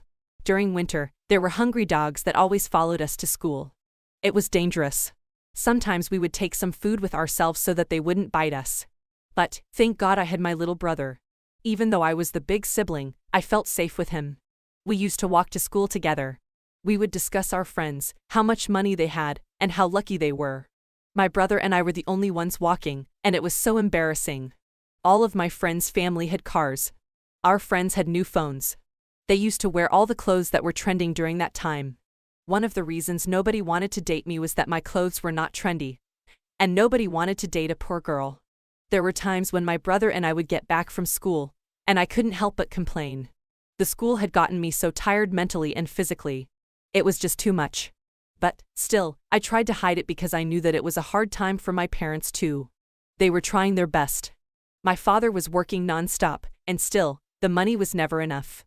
I knew that he was taking loans from our friends and family. But, he never admitted. But, we knew. People had started to come to our house and ask for their money back. My father was sick and tired of working and then having nothing. I remember it was winter one day, and my brother and I came back from school. When we got home, there were suitcases around our house. I remember asking about what happened. Then, they had told us. They had told us that they had decided to take a dangerous road straight to first world countries. I remember being so exciting and scared at the same time. We were finally going to a better place, to France. If we made it to France, our lives would get better, and my father could pay back the people he took the loan to. We took our clothes, all of our stuff and some food. There was a big, old truck outside our house. My father had rented it for us. We got in and took a last look at our house and our village. There was a long road ahead of us, and we were just hoping for the better. The road trip was silent, and I knew that a million thoughts were running through my parents' minds. The road trip to the first world country would take us 3 days. We didn't know it, but they would be the most challenging 3 days of our lives. I remember the first day and how good it went. It made us think that this would be easy and that we would arrive there in a minute. We drove and drove, and then we stopped at a hill so we could sleep and take some rest so we could be ready for the next day. We were sleeping in the truck, and there was enough place for all of us. I remember how I couldn't sleep that day, thinking about how our lives would change forever. I was already thinking about the clothes that I was going to buy and the new iPhone that had just launched. That's how I slept that day. We woke up the following day and noticed that the snow had covered the whole place. It was cold. We ate some food and then hit the road without wasting our time. I remember the streets were so icy. We were driving so slow. We were stopped almost at every border by the military forces. They would ask us questions, and they would keep us for hours. Nobody liked refugees. But, we were going there with good intentions, for a good start and a good life. Being stopped at every border took us a lot of time. The next day arrived, and we were ready to have some good sleep. Apparently, that night it had been snowing all night. When we woke up, we noticed that the truck wasn't starting. My father tried to start it, but nothing. Our truck's engines had been frozen because of the weather. I remember how stressed my parents were. They didn't know what to do. It had been hours, and the truck was still not starting. We were just wasting time. We decided to ask for help and see if anybody could fix our truck. But we had parked our truck somewhere in the mountains so that we could sleep, and there weren't any houses near. My father decided to walk some miles and ask for help as we were staying in the truck waiting. But there was nothing near us, and it was so cold, my father couldn't walk anymore. We stayed some hours in the truck to see if any car drove near us, but nobody showed up. There was only a little road left ahead of us, and we decided to put our fate into our legs. So, we decided to walk. It was the middle of winter, and it was so cold. We put on all the clothes we had, and we took our food. Walking was so hard, and we didn't even know where we would be spending the night. At that point, we didn't know if we would make it alive. We couldn't walk on the streets, and we had to walk into the depths of the mountains so that the police wouldn't ask us questions.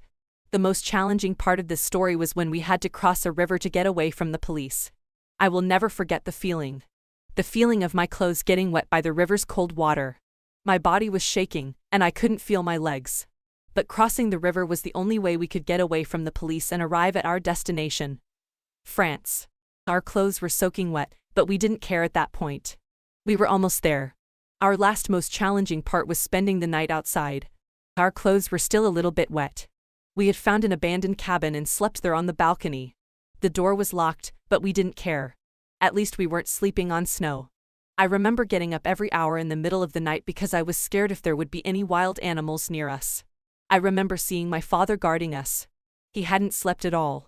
His nose was all red, and he looked so worried. That night I slept crying, hoping for the best of what was coming next.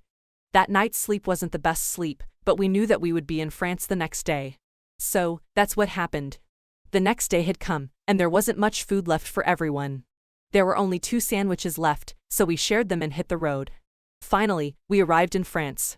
We weren't looking our best, but we made it. We were tired, and we just needed someone's help. But I remember the first time that I saw the city of France. I was speechless. It was huge, nothing like my village. It looked like how we imagined and how we dreamed. The land of opportunities. It was snowing there too. There weren't many people around. I remember a policeman approached us. I remember my father's voice shaking, saying to the policeman that we were refugees and needed help. My father was begging for help. I will never forget that policeman's face and how much he had helped us. They took us to a place to stay. It wasn't a 5-star hotel, but we didn't care. We didn't need that. They gave us food and warm clothes. You should have seen my father's face and how happy he was. We all were happy. Our eyes were full of happy tears. I took a warm bath, and I fell asleep by the window while looking at the city. It has been months since we got here, in France. Our life has changed for the better. My father and my mother found a job. My father works as a taxi driver, and my mother works as a waiter. But they are getting paid very well. At least, my parents won't worry about the essential things to buy for us. My brother and I have started school. Thank God that our school is near the apartment where we live. It's only a 5-minute walk. The people at my new school are so kind, and I have made some good friends here. They respect us even though we are not from France. Everyone at my school works after school, so I decided to work too. Why not? I could have my own money, and I could buy whatever I wanted. Plus, I always wanted to work. We have a neighbor that has a 1-year baby, and she asked me if I could work as a nanny and take care of her child. I accepted. I love children, and it's a fun job that gets paid very well. However, not everything is promised here. We are still just refugees. We are still waiting for the government to give us the final decision. We still don't know if we can stay here forever or go back to our village. It would be a nightmare if we had to get back. I don't miss my village because there's nothing to do there. Plus, we have adopted here very fast. It would be so sad if I had to leave my new school friends here, my job, and this city. Everything is more accessible here. I just wanted to share my story and ask you to pray for me. To pray for my family and all the refugees out there. I don't wish for anyone to go through what we went through. Every refugee story is different, but I know that we all have the courage not only to survive but to preserve and rebuild our shattered lives. I am Madison, but everyone calls me Maddie. You can call me Maddie too. I wanted to share a piece of my life with you. At 16-year-old, life can be so dull and exciting at the same time. The most exciting part of my life is that I live in London. I love everything about London. Everyone thinks that people from London drink only tea, but that's not true.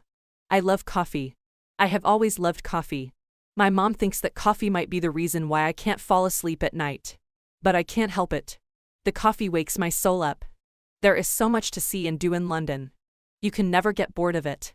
I don't know if you know, but London has the most extensive library in the whole world. I love reading. Maybe that's why I drink so much coffee. It helps me not fall asleep and read more and more. I am obsessed with reading. My favorite book of all time is The 5 People You Meet in Heaven. Once, I have read a whole book in just 2 days. But, what can I do? I don't enjoy going on my social media anymore. Everything is so fake, and I am tired of it. Why would I enjoy watching someone posting their food? Okay, you ate a margarita pizza, now what? And, no, Jessica, you don't look like that in real life. We can see your Photoshop fails. I think I am an old soul, just like my beloved grandfather, which he had passed 3 years ago. He is the reason why I am so into reading books. My mother always says that my grandfather used to read me every night before bed when I was a baby. I wish I could turn back and hear my grandfather read to me just one more time. The love of my grandparents has always been an inspiration to me. But, what can I say about my parents? My parents have been divorced for 5 years now. It was a peaceful breakup. I remember their divorce and how much I suffered from it. It was very depressive. Plus, I was an only child. That made this whole situation even worse. I just couldn't deal with the fact that my parents weren't together anymore. But I don't care now. They both have their own lives now. I live with my mother, even though I love Dad so much. He is the most kind and has the most generous soul. But, sometimes life doesn't work how you want. I remember at first I felt so guilty that I chose to live with my mother. I used to cry for my dad and how lonely he was. But now he was a girlfriend, and his girlfriend is pregnant. I am happy for him. I really am. I go to my dad's place every week. I love his girlfriend, and she is very kind to me. She says that I will be the one who is going to name their baby. Even my mother is happy for Dad, even though sometimes I think she gets a little jealous because his girlfriend is so much younger than Mom. However, recently something had caught my attention. My mother had been happier than ever. She had been going out a lot. She had been shopping and wearing new clothes. You should have smelled her perfume, and it's very sexual. I think she might be seeing someone. But I don't want to be the one asking her. I want her to be the only one telling me the news if there is any. I remember one day, I didn't go to school because I was sick. My mother didn't know because she was working during that time. The bell rang, and I decided to see who it was. There was no one. But, there was a big bouquet with red flowers and a note. Well, this clearly wasn't for me. I am single, unfortunately. I put the flowers in. I didn't want to read the note first, but the curiosity was killing me. The note said, "See you tonight, get ready by 8. So, yes, my mother was for real seeing someone. I put her flowers in her bed and decided to play it off like I didn't see anything. She came home and saw the flowers. She seemed very shy and embarrassed. But I wanted to make her feel good. I said to her that that was okay and that I wanted her to find her true love. Love has no age and no time. Then, she told me about everything. There was a man called Mitchell, and they had been dating for 1 year. Apparently, Mitchell's wife had died for 3 years now from cancer. They have one child, a son. It must be sad to lose your mother and know that you might not see it ever again. For a minute, I was glad my parents were divorced. At least, I could see and be with them. My mother got ready that night and went out. I was happy for her. She deserves someone to bring her flowers and love her in the best possible way. After some months, my mother told me some very good news. My mother and Mitchell had decided that it was time for us to meet as a whole family. I was excited. We got ready and decided to meet at a restaurant. And there it was, Mitchell and his son. Why didn't my mother tell me that Mitchell's son is the same age as me? I thought he was going to be younger or something. We sat and then started talking about random stuff. Mitchell was so kind and funny. I could tell that he was a good man. But on the other hand, Mitchell's son was so mysterious. Apparently, his name is Duor. He was 2 years older than me. He didn't talk much. He just kept staring. But generally, this date went very well. Days went by, and nothing exciting was happening. The school was almost over for this season. Summer was there. I was excited about summer. Life becomes better. Every summer, my mother and I always have some type of vacation. We go somewhere far, somewhere beaky, and spend some days there. My mother works, so she needs some time off. That's what we did that summer too. But that time, something was different. It wasn't just my mother and me anymore. My mother thought that it would be good if we called Mitchell and his son. I agreed, why not? So that's what we did. We got in the car. A long road was ahead of us. Dior and I were sitting in the back seat, and this way, we had more chances to get to know each other better. Just like Mitchell, Dior was funny too. But I'd always catch him staring at me in a way that I can't describe. He had a perfect style and had a lot of cool rings on his fingers. I couldn't help but look at them. He had beautiful hands. After some hours of driving, I had nothing to do. It was getting boring. I decided to read my books. I got so lost in my book and in what was happening there. Then all of a sudden, I felt that something had touched my shoulder. It was Dior. He had fallen asleep on my shoulder. I didn't want to wake and ruin his sleep. I felt bad. Plus, he smelled so good. The road trip was long, but we finally had made it to our destination, the beach. I spent the whole day napping, but it was beach day all day the next day. I put on my bikini, got myself an iced coffee, and got myself a good book. That's how I spend my beaky days. I love to tan while I am reading. But Dior had something else on his mind. He thought that it would be a great idea if we all took a boat. But my mother hates boats. She gets seasick. Then, he pushed on taking me with him. It was just Dior and me. As we were getting on the boat, I wanted to take my book with me. He said, "Come on, be fun for once." For once. How can he know how fun I am? The first minutes of the boat ride, I was moody about what he had said. But he kept talking and making funny jokes that were hard to stay mad at. Suddenly, he asked me to put sunscreen lotion on his back. Then, he put sunscreen on me, without me asking. I was shy and didn't know what to say. We got back, and I got back to my reading. The next day came. It was my mother's and Mitchell's second anniversary of their relationship. They decided that it would be great if we all went to a fancy dinner. But Dior said that they should go without us.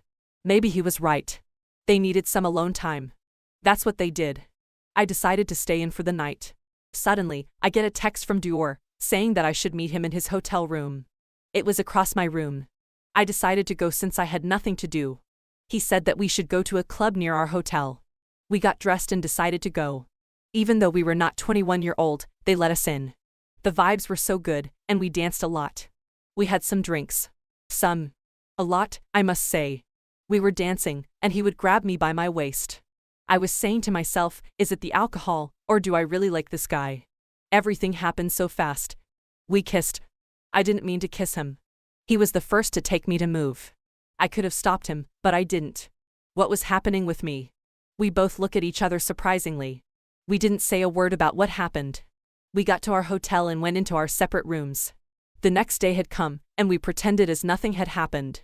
I know that the kiss was a bad thing to do. He is my stepbrother.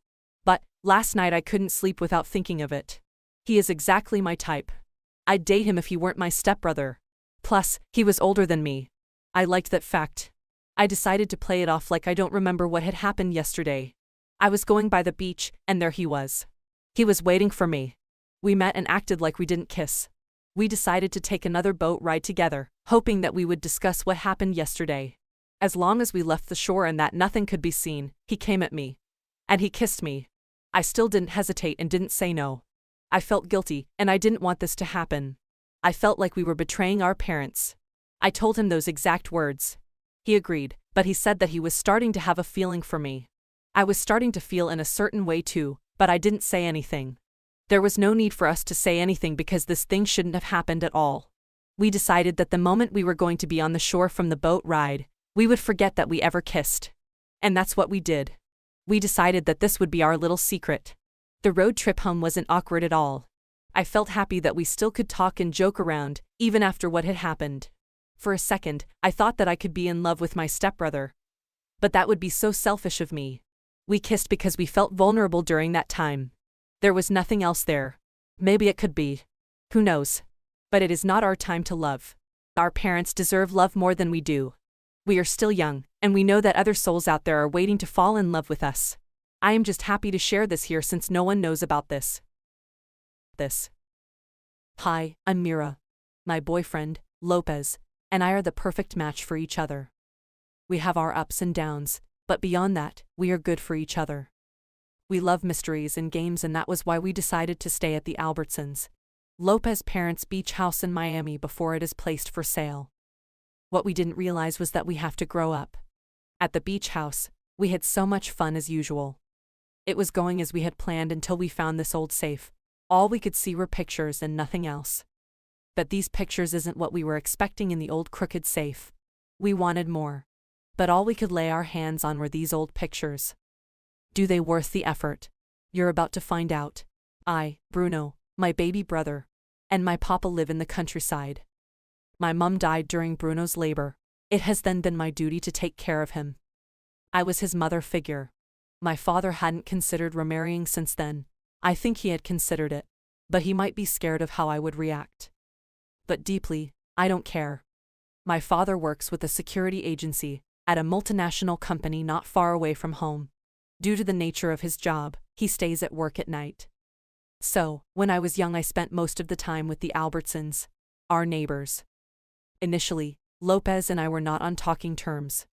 I did visit the Albertsons' residence to play with Rodrigo, my only friend. People might think we might end up dating, but we are too close to be dating. Rodrigo is my very good friend. We planned everything together. We never made any decision behind each other. As kids, we had our own rules and codes which were still effective until recently. We needed to grow up. Rodrigo was a smart kid and his vision was to become a scientist. He got us into a lot of trouble with his little science projects. Lopez was quite older than us. He never participated in our games and it looked like he and his little brother aren't close. Not a bit.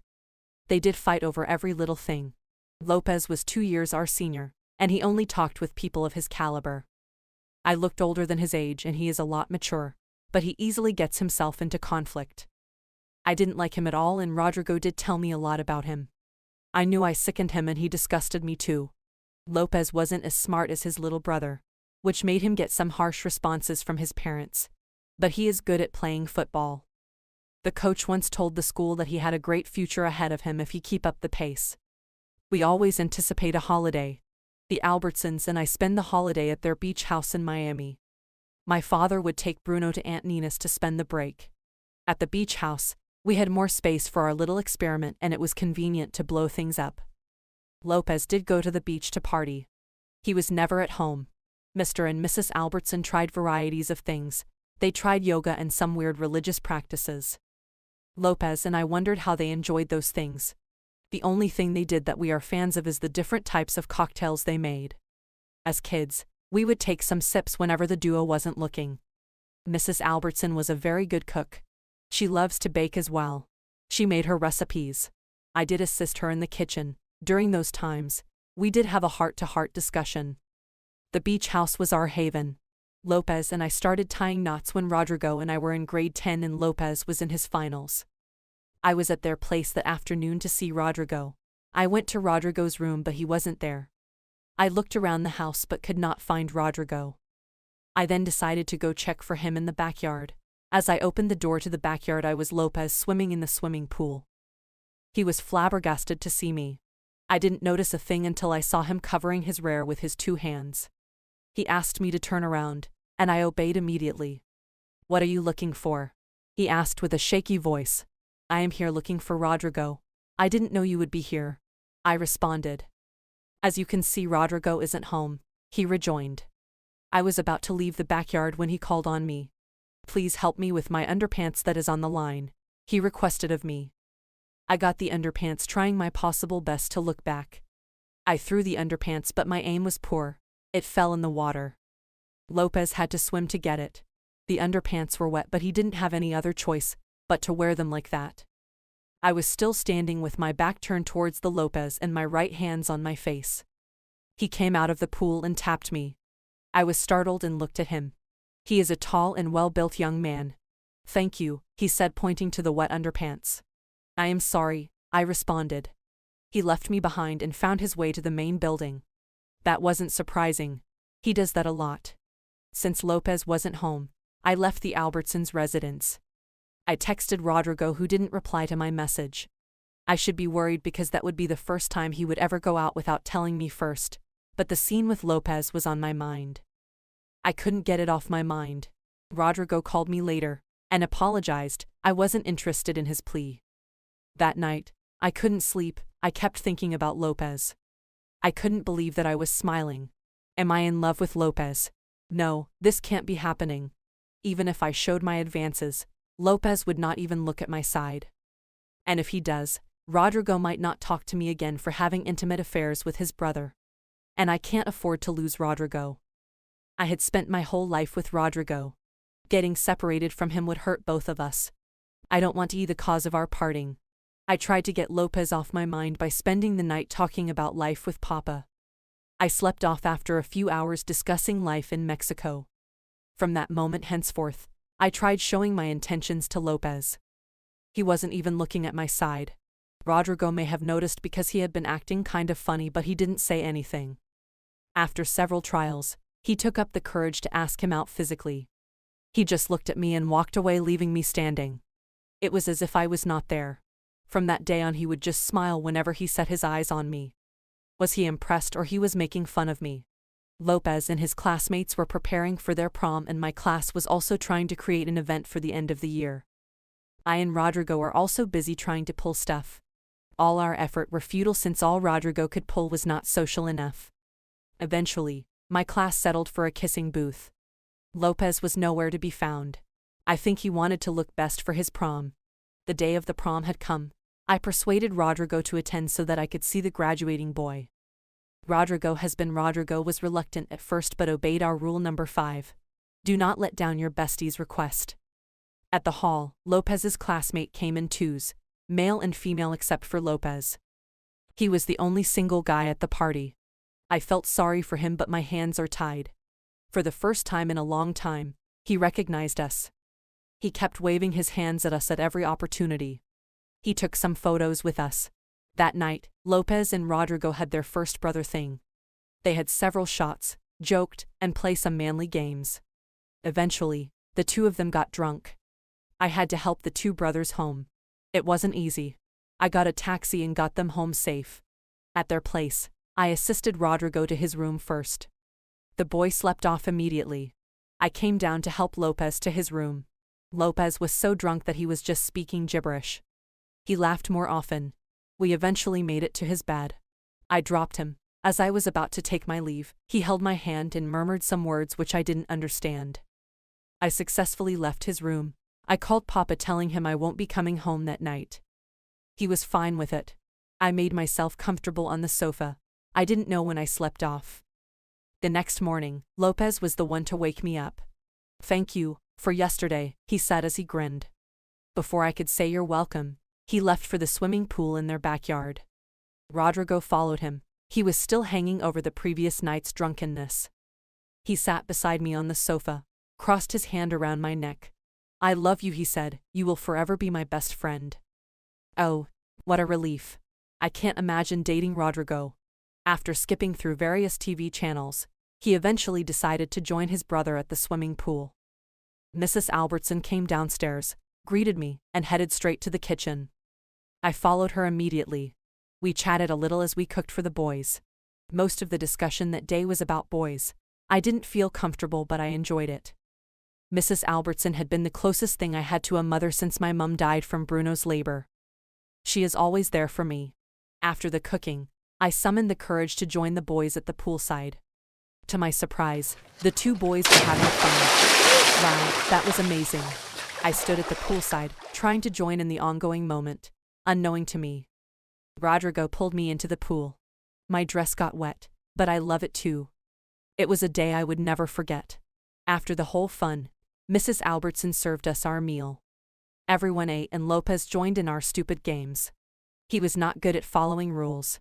He cheated his ways to victory every time, but we didn't care. It was fun for us. Bruno came looking for me, but instead of telling Papa had called upon me, he made himself at home and started playing video games. The day was fun. Bruno and I got home later that evening. Papa wasn't home, but he left a letter behind. He had gone for his security duties. I cooked before leaving. We served ourselves, had a little of siblings jiffy before going to bed. On my bed, I was exultant. I took my phone and started chatting with Rodrigo. We chat for quite a time before saying our goodbyes. I slept off instantly. I was very tired from the day's activities. After an incredible weekend, it was time to prepare for the kissing booth. My class pulls this off. Rodrigo got a kiss from her dream girl, Lara. It seemed she also had a crush on the guy. I was quite jealous. All my classmates had been paired with their secret lovers. It was my time to receive the surprise kiss. I was blindfolded and I was meant to wait. I waited longer than usual. I was about to lose hope when someone drew my head closer to give me a passionate kiss. This is surely Rodrigo, I said to myself. I was so thankful then I remembered Rodrigo had never kissed before. He can't be this good, and more so this fellow was quite sporty. Unlike my Rodrigo. I took of the fold and lo, it was Lopez. Everyone was cheering us up. I caught the big fish. A graduating student gave me a surprise kiss. After the passionate kiss, Lopez then asked me, "Will you be my girlfriend?" I wanted to say yes, but when I looked at the audience, Rodrigo is gone. And Lara shrugged, realizing I was looking for Rodrigo. I couldn't say yes, even though I wanted to. I left at once looking for Rodrigo. I eventually found Rodrigo alone at the cafeteria. I guessed he wasn't too happy with the show. I can't blame you. I would have done the same thing if I was to be in his shoes. I sat beside him. We didn't speak for a while. Then I said, "Rule number 13, be happy for each other no matter the situation." He looked at me in dismay and there was silence once more.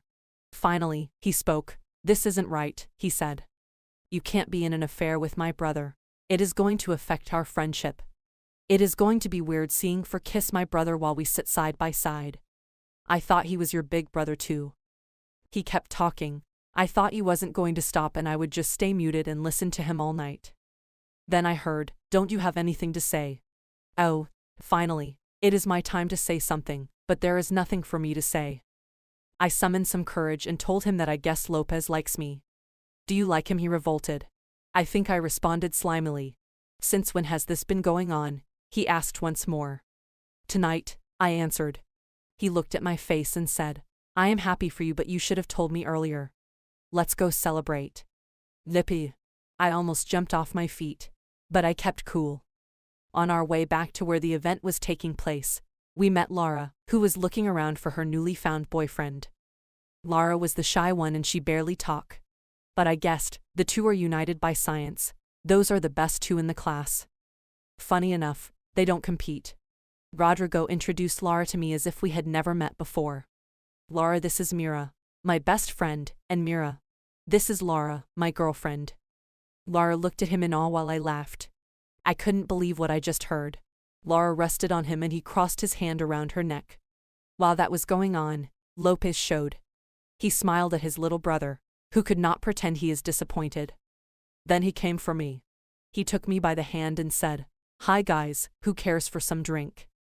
"Don't get me drunk like the last time," exclaimed Rodrigo. Things were going on fine between us until it was time for Lopez to go to college. There was this unhappiness within me. Rodrigo didn't care. He spent most of his time with Lara now. I am happy for them. But it was my time to be lonely. Lopez promised me he would call every day. I pretended to be fine with the suggestion, but I would miss my newly found soulmate. As promised, Lopez keeps the tab every day. It has now become a routine. We always talked about how we spent our days. He talked about his newly found friends. Lopez's new clique is made up of 3 other boys and a girl. I requested for their picture, which he sent without asking him twice. There I saw Happy. You can't believe it. If Happy had competed for Ms. World, she would have won. She's the most beautiful creature I had set my eyes on in the last 17 years of my life. I wouldn't have suspected anything if the lady was sitting a yard away from my Lopez. But instead, she was sitting right next to him with her hands all over Lopez. I started getting suspicious of Lopez. Who would want to start honestly with a high school guy when you have a beautiful college girl within your reach? No one, and this time, not even Lopez would. I asked him who she was. He said they're just friends. I wanted to believe him, but I didn't believe him. Who would have believed such things? I called him a liar and stopped talking to him. I called and texted, but I didn't respond. Time had passed. Rodrigo and Lara are doing very fine. Lopez and I had not talked for a while now. We are now in our finals. It was time for our prom. Being single felt weird. Lopez and Lara had gotten admission into the same college. I was still keeping my admission on hold. I wanted to be a lawyer, not a science guru like those two. And our rule number 4 is to attend the same college. I wanted to go to the same college as Rodrigo, who had been adamant about it, but I have a career to pursue myself. I had to lie to him that I had chosen the same college as his. He was very happy that he hugged me. I told him not to tell anyone yet since I want to surprise others. It didn't make sense to him, but he obliged. The other college is the same as Lopez. I think a little part of me was still with him. Prom was fast approaching. I had a dance competition to perform in. I had been paired with Wilson. Wilson was really good. I would have loved to partner with Rodrigo, but he had been his usual self since he met Lara. We still talked, but not as we used to. So, I had to settle for Wilson. Wilson seemed cool, and there was nothing between us. Little did I know that this guy really liked me, or he might just be infatuated. At the dance competition, we were the last to be called upon. Towards the end of our performance, the audience had started applauding us. After the last move, Wilson kissed me. I played along because I didn't want to embarrass him on stage. While I was deep in the kiss, I saw a figure standing up from the stands and left. I recognized that person. That was Lopez for sure. I rushed up the presentation and ran after him. I looked everywhere but could not find him. Then hello. A female voice from behind said. I looked back. It was Happy. So, Lopez came from my presentation with her little girlfriend. I looked at her as if she fell in a pit filled with swine shit. To my surprise, she didn't react at all. She smiled at me and stretched his hand for a handshake. We shook hands and she requested of me if we could talk. Yes, I said reluctantly. I wasn't comfortable with the discussion because she was speaking to me as if she was my elder sister. Then she asked the big question. Have you moved on? I looked at her face. We are here today because Lopez wanted me to see her little girlfriend that stopped talking to him because of me. Lopez had said a lot about you and I wanted to see it for myself. I was disappointed in myself. I hadn't moved on, I replied. The guy, Wilson, we aren't dating. It was part of the performance. To kiss, she exclaimed. Wilson added, we didn't practice that. I replied. Where is Lopez? I asked her in quite a hurry. I don't know, she replied. I don't know anywhere here. Do you mind taking me around? We stood up and took a walk. Even though we came first, I missed the award presentation. I didn't care anymore. I wanted to reconcile with Lopez as soon as possible. We ended up at a bar. She demanded we take a few shots. I couldn't decline. We started with dry gin till we get to vodka. This girl is good. If addiction is a polite word, I would have used it, but it isn't. We competed and I lost on every count. We built a close relationship within hours. While we were having a splendid time, Rodrigo, Lara, and Lopez came by. Lara and Rodrigo came close while Lopez stayed in a distance. I guessed he was still angry after the show I made. I walked towards him, gave him a peck and whispered in his ears, there is nothing between me and that guy. He said, if I see that guy, I promised, I am going to punch him in the face. I love you, I replied instead. He grinned as I dragged him towards the others. We had a night of our lives. Happy left the next morning. Guessed Lopez would be staying home for Christmas. We were enjoying the break. I and Lopez finally had our intimate moment. The young man is good. I stayed in his place for a week straight. This Christmas, Bruno will be staying at home. He is now 10. He told Papa that he is old enough. He wanted to go camping with his best friend, a girl. Papa was fine with it. I got suspicious, but did not need my advice on this one. I got home after a week. I missed my little brother. I wanted to see how he was doing. The little guy didn't need me around anymore. He was doing the cooking, washing, and setting the house all by himself. I asked him how he pulled this off, all by himself. He told me that when I was not at home, Papa had been seeing a nice lady. She helped a lot at home and she taught me some things. Papa was going to ask you if he should propose to her, he continued. There was this mixed feeling within me. I was happy for him, but introducing a new person to the family feels weird. Bruno was fine with this. I would soon be going to college. Someone has to take care of Bruno while I am away. I sighed. The house looked different. I couldn't find things where I had known them to be. My time in this house is almost over, I guessed. I got to the cabinet to get myself something to eat. I was about to sit down and grab the remote when Papa showed up. He settled down a while from the night's job before initiating a discussion on the new lady. Her name is Doris, he mentioned. She is a nice lady, he continued. I wasn't comfortable discussing my father's wife to be with him. He did all the talking. He told him he would be going on a date with her, where he would propose to her. Can I go ahead? He asked. Yes, of course, if you like her. Moreover, Bruno does, I replied. I eventually found a good reason to flee. The next morning I came back home. No one was home except for Doris.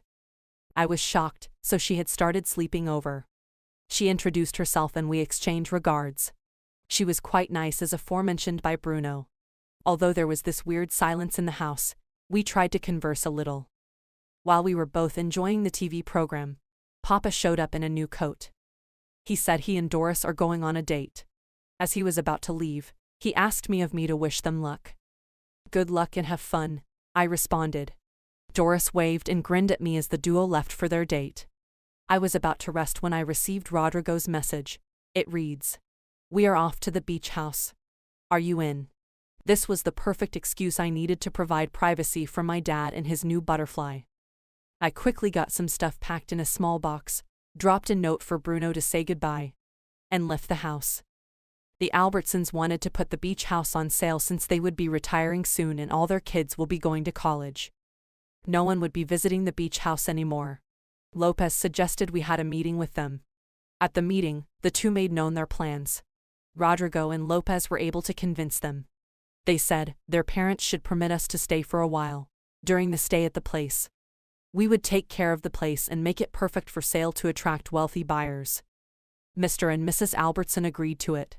We enjoyed our stay at the beach house. Rodrigo and I unraveled all we had done when we were kids while Lopez and I made love at night.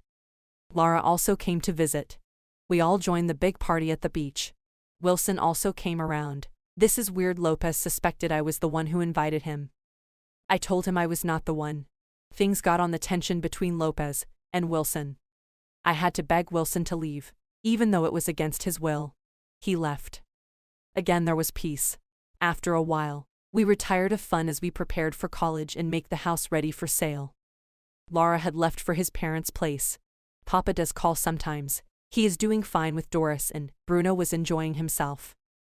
While we were arranging the house, we saw an old safe. Lopez carried it out. It was made of metal and it had a lock. Rodrigo and Lopez tried calling their parents as regards the sacred old safe. They didn't say. They concluded that it might be there before the Albertsons bought the beach house. This news spurs the two brothers to make a heist, their first to be precise. They tried cutting off the lock but to no avail. Rodrigo was tired of the stress, while Lopez was angry about him unable to open the safe.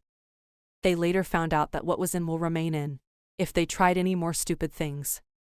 After thorough attempts, they decided to get a lock specialist. On the day of the heist, the lock specialist came. He didn't look like someone that could pull such a thing. He was just a nerd. She even came along with a Scotch bag. At first we thought he had his tools in the bag, but later we found out the bag was empty. He just loves carrying that bag. He started tending to the safe. The guy is good. He opened the safe just within 5 minutes. We expected to see some antiques, cash or precious stones. The lock guy opened the safe and hissed. He adjusted his glasses and went to Lopez to collect his cash. He left immediately. I guessed he was disappointed. Lopez and Rodrigo rushed to the safe to open it. "What is this?" shouted Lopez. "Our childhood photos. Is this a joke?" Rodrigo went forward and started checking through the pictures. He was enjoying himself. I moved forward and joined him. We both enjoyed the pictures. We made jest over it. It was fun for us, but it wasn't for Lopez. He was angry because he just wasted some cash on an old safe filled with memories. We are happy after this event. We placed the house on sale, and we had concluded to move on. Rodrigo and Lara moved forward with their school, while I followed Lopez to his college. It was a happy ending for everyone and we realized we needed to move on. I reunited with Happy and Lopez introduced me to the rest of the crew. Lopez had learned to control his anger issue. Today, we still joke about the old safe. The mystery is that, who kept our childhood photos in a safe and locked them? That we don't know. All we knew was that we had beautiful childhood that we can't return to anymore. So sad, but we have to grow up. We have to grow up. Why Sophia must take a very difficult decision. My name is Sophia. I am 16 years of age. I was born in Miami and I lived there with my parents. I attended St. Margaret School. After graduating from St. Margaret, I moved to St. Paul High School. When I joined St. Paul High School, a lot of boys approached me. They wanted to date me, but I was not interested in any of them. I became the topic of discussion among the boys in the school. Everybody was giving me different names. Some said I am boastful, while others said I have pride. Others that I did not know said a lot of unpleasant things about me. I was different among all the girls in the school because most girls in the school had a boyfriend in the school. I saw it as something that wasn't acceptable, so I did not engage in it. Days went by and I continued to keep my stand. I knew the best thing was for me to stay outside any relationship in the school, even though I needed someone I could confide in then. A few days before the examination, I heard that everybody in my class planned not to sit close to me in the exam. They said they wanted to use that to send a message to me that if I do not their wish, I would suffer in school. I was laughing as Mary was telling me. She said she told me because she loved my personality and she thinks what I am doing is the best. What I heard from my junior Mary prompted me to read harder than I was doing before. I started reading at night because I wanted to be well prepared for the exam. I had another motivation to do well in my exam. My dad promised to take me to a cinema to watch a movie if I perform very well in my exam. I haven't watched a movie in a cinema before, so I thought this was the perfect opportunity to do so. When I got to school on Monday, the head teacher came to the assembly ground and told us that our exam will commence the next Monday. He urged all of us to read very well for the exam. He said at the end of the exam, the best student will be rewarded with the new iPhone 12. When I heard the announcement from the head teacher, I became more motivated than ever. I was using an Android phone then and it was not even a big phone. There were a lot of things that I was not able to do on my phone. My dad decided not to buy another one for me until I graduate from high school. After the announcement, the head teacher told us to go to our classes. As I was walking to my class, I could not take the thought of owning an iPhone 12 off my head. It sounded like the biggest motivation. 2 hours to the end of the school activities, Mr. John came to our class to inform us that he has prepared our timetable. He took his whiteboard marker and started writing. I took one of my notes and I wrote the exam timetable. I was happy with the timetable because 2 of my favorite subjects were slated for the first day. I loved mathematics and English language a lot. Therefore, when I saw that they were my first paper, I became happy and more willing for the exam to start. At exactly 2 p.m., the timekeeper rang the bell for the close of the day. I picked my bag and I rushed home because I was very hungry. When I got home, my mom had already prepared lunch. She told me to take off my school uniform and take a shower before eating. I wanted to eat first before doing any other thing, but I know my mom would not allow me to eat if I do not do what she says. I dropped my bag in my room and I took off my uniform. I entered my bathroom and I took a shower. I changed into another dress before coming out of my room. I rushed to the dining where my food was. I ate the food hurriedly because I was very hungry. When I finished eating, I sat on the couch to relax my brain because I was very tired. My mom sat close to me and she was asking me what happened in school.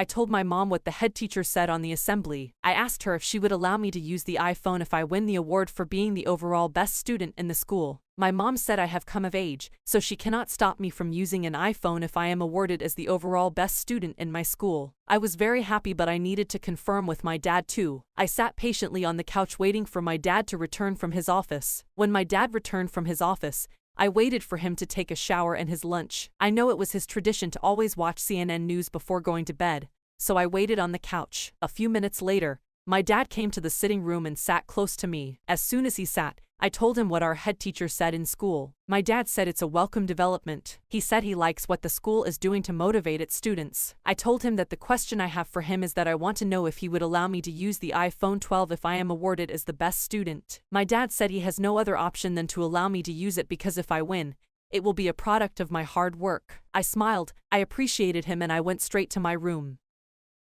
As soon as I entered my room, I opened my bag and I brought out my mathematics and English notebook. I read from the first topic to the last topic that night. I did not sleep until 3:30 a.m. As early as 6:30 a.m., I was awake getting prepared for school. Even though what I was getting myself into was difficult, the packages that will follow if I eventually become the best student were worth it. When I woke up, I did my daily routine, which was to pray, brush my teeth, take my bath, put on my school uniform, and eat my breakfast. After eating my breakfast, I went straight into my dad's car. I opened the door and I sat down while I wait for my dad to join me in the car. After about 5 minutes, my dad entered the car and we drove off. My dad dropped me off at the school gate and he drove off while I made my way into the school. When I entered, students were on the assembly, so I joined them. I was surprised to see the head teacher on the assembly ground. He said the reason he was on the assembly ground was to motivate us to do well in our upcoming exam. He said students that do well will receive valuable gifts from the school. He said students that fail will repeat their classes. After the announcement,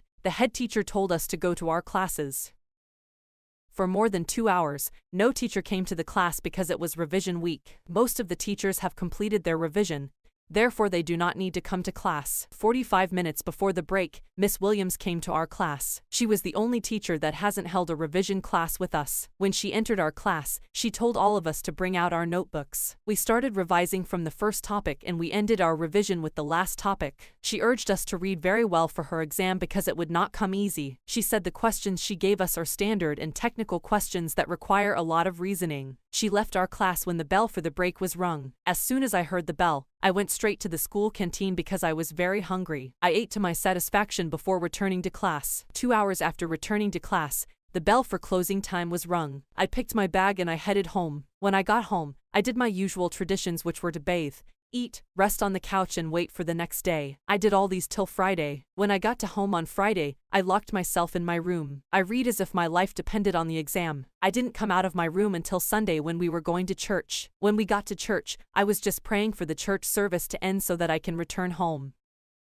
5 hours later, the church service ended and we headed back home. When we got home, we were all hungry, so I joined Mom in the kitchen while my dad sat on the couch. After 45 minutes, the food was ready. We all went to the dining to eat. As soon as I finished eating, I went back into my room while my mom and dad sat on the couch. I read throughout the night. I read my notebooks from the first page to the last page. At exactly 4 a.m., I lied down on my bed to rest my brain. Deep into my sleep, I heard a knock on my door. I knew it was either my mom or my dad. I asked who was at the door. My mom replied. She told me to get up and start preparing for school. She said if I do not get up, I won't be able to follow my dad because he will soon be on his way to work. I jumped up from my bed and rushed into the bathroom because I didn't want to miss the trip with my dad. I usually find it difficult getting to school using a public bus. At exactly 7 a.m., my mom came back to my door and knocked. This time around, I opened the door immediately. I heard the knock because I was already set. When I opened the door, my mom told me that I should rush down to my dad's car because he was already in the car waiting for me. I didn't wait for her to complete her sentence before I started running to the car. As soon as I entered the car, my dad drove off. We arrived at St. Paul High School at exactly 7:30 a.m. My dad dropped me in front of the school gate like he always does and drove off. I didn't have the opportunity to drop my bag in my class because students were already coming out to the assembly ground after they heard the bell. I dropped my bag with the security men while I moved to the assembly ground. After the morning assembly routine, the head teacher came to address us. He told us the exam was starting that morning and he expects that we should have been prepared. He warned all students to stay away from exam malpractice. He said any student that is caught engaging in exam malpractice will face the school's disciplinary committee. He said facing the school disciplinary committee might lead to outright expulsion. He also warned all students to desist from taking anything to the exam hall that can implicate them. He said all students should check their pockets before going to the exam hall. He said the school management would not tolerate any excuse from any student if he or she is caught with incriminating materials in the exam hall. He also said another thing that is banned from the exam hall is a cell phone. He said any student that is caught with a cell phone in the exam hall will face prosecution. He said it is an act that the school frowns at, so every student should try their possible best to desist from any form of examination malpractice. He showed us a photograph he brought to the assembly ground. The photograph had the picture of students that were expelled from St. Paul School due to examination malpractice. After the head teacher finished his speech, he told us to walk our classes and wait for our teachers. When I got to my class, I opened my notebook and started revising what I read at home. After about 30 minutes, Mr. John came to our class with exam questions. He said all students should move to the exam hall. He told us to leave our books and bags in the class. He said we are only allowed to enter the exam hall with our pens. I opened my bag and I took my pen. I left my bag on my seat and I made my way to the examination hall. We are asked to form a queue in front of the exam hall. Mr. Patrick stood in front of the exam hall and was calling our names one after the other. When he calls the name of any student, he will check the student's identity card and the student's examination clearance before he allows the student to enter the hall. He did that for all students before we were all allowed to settle down for the exam. As soon as he noticed that we were all seated, he started distributing the exam questions. After distributing the exam questions, he took his whiteboard marker and wrote the starting and stopping times on the whiteboard. After writing the start and stop time, he told us to start. He went around the exam hall to check if there was any student that brought any incriminating material while the head teacher was monitoring the exam through the CCTV camera in his office. The exam started at exactly 9 a.m. Therefore, at exactly 11 a.m., we were asked to submit our papers. As soon as I submitted it, I rushed back to my class to revise before we will be called for the next examination. 30 minutes after, we were told to return to the examination hall for the next subject. The same procedure that was carried out for the first exam was carried out for the second exam. We queued and presented our identity card and examination clearance before we were allowed into the examination hall.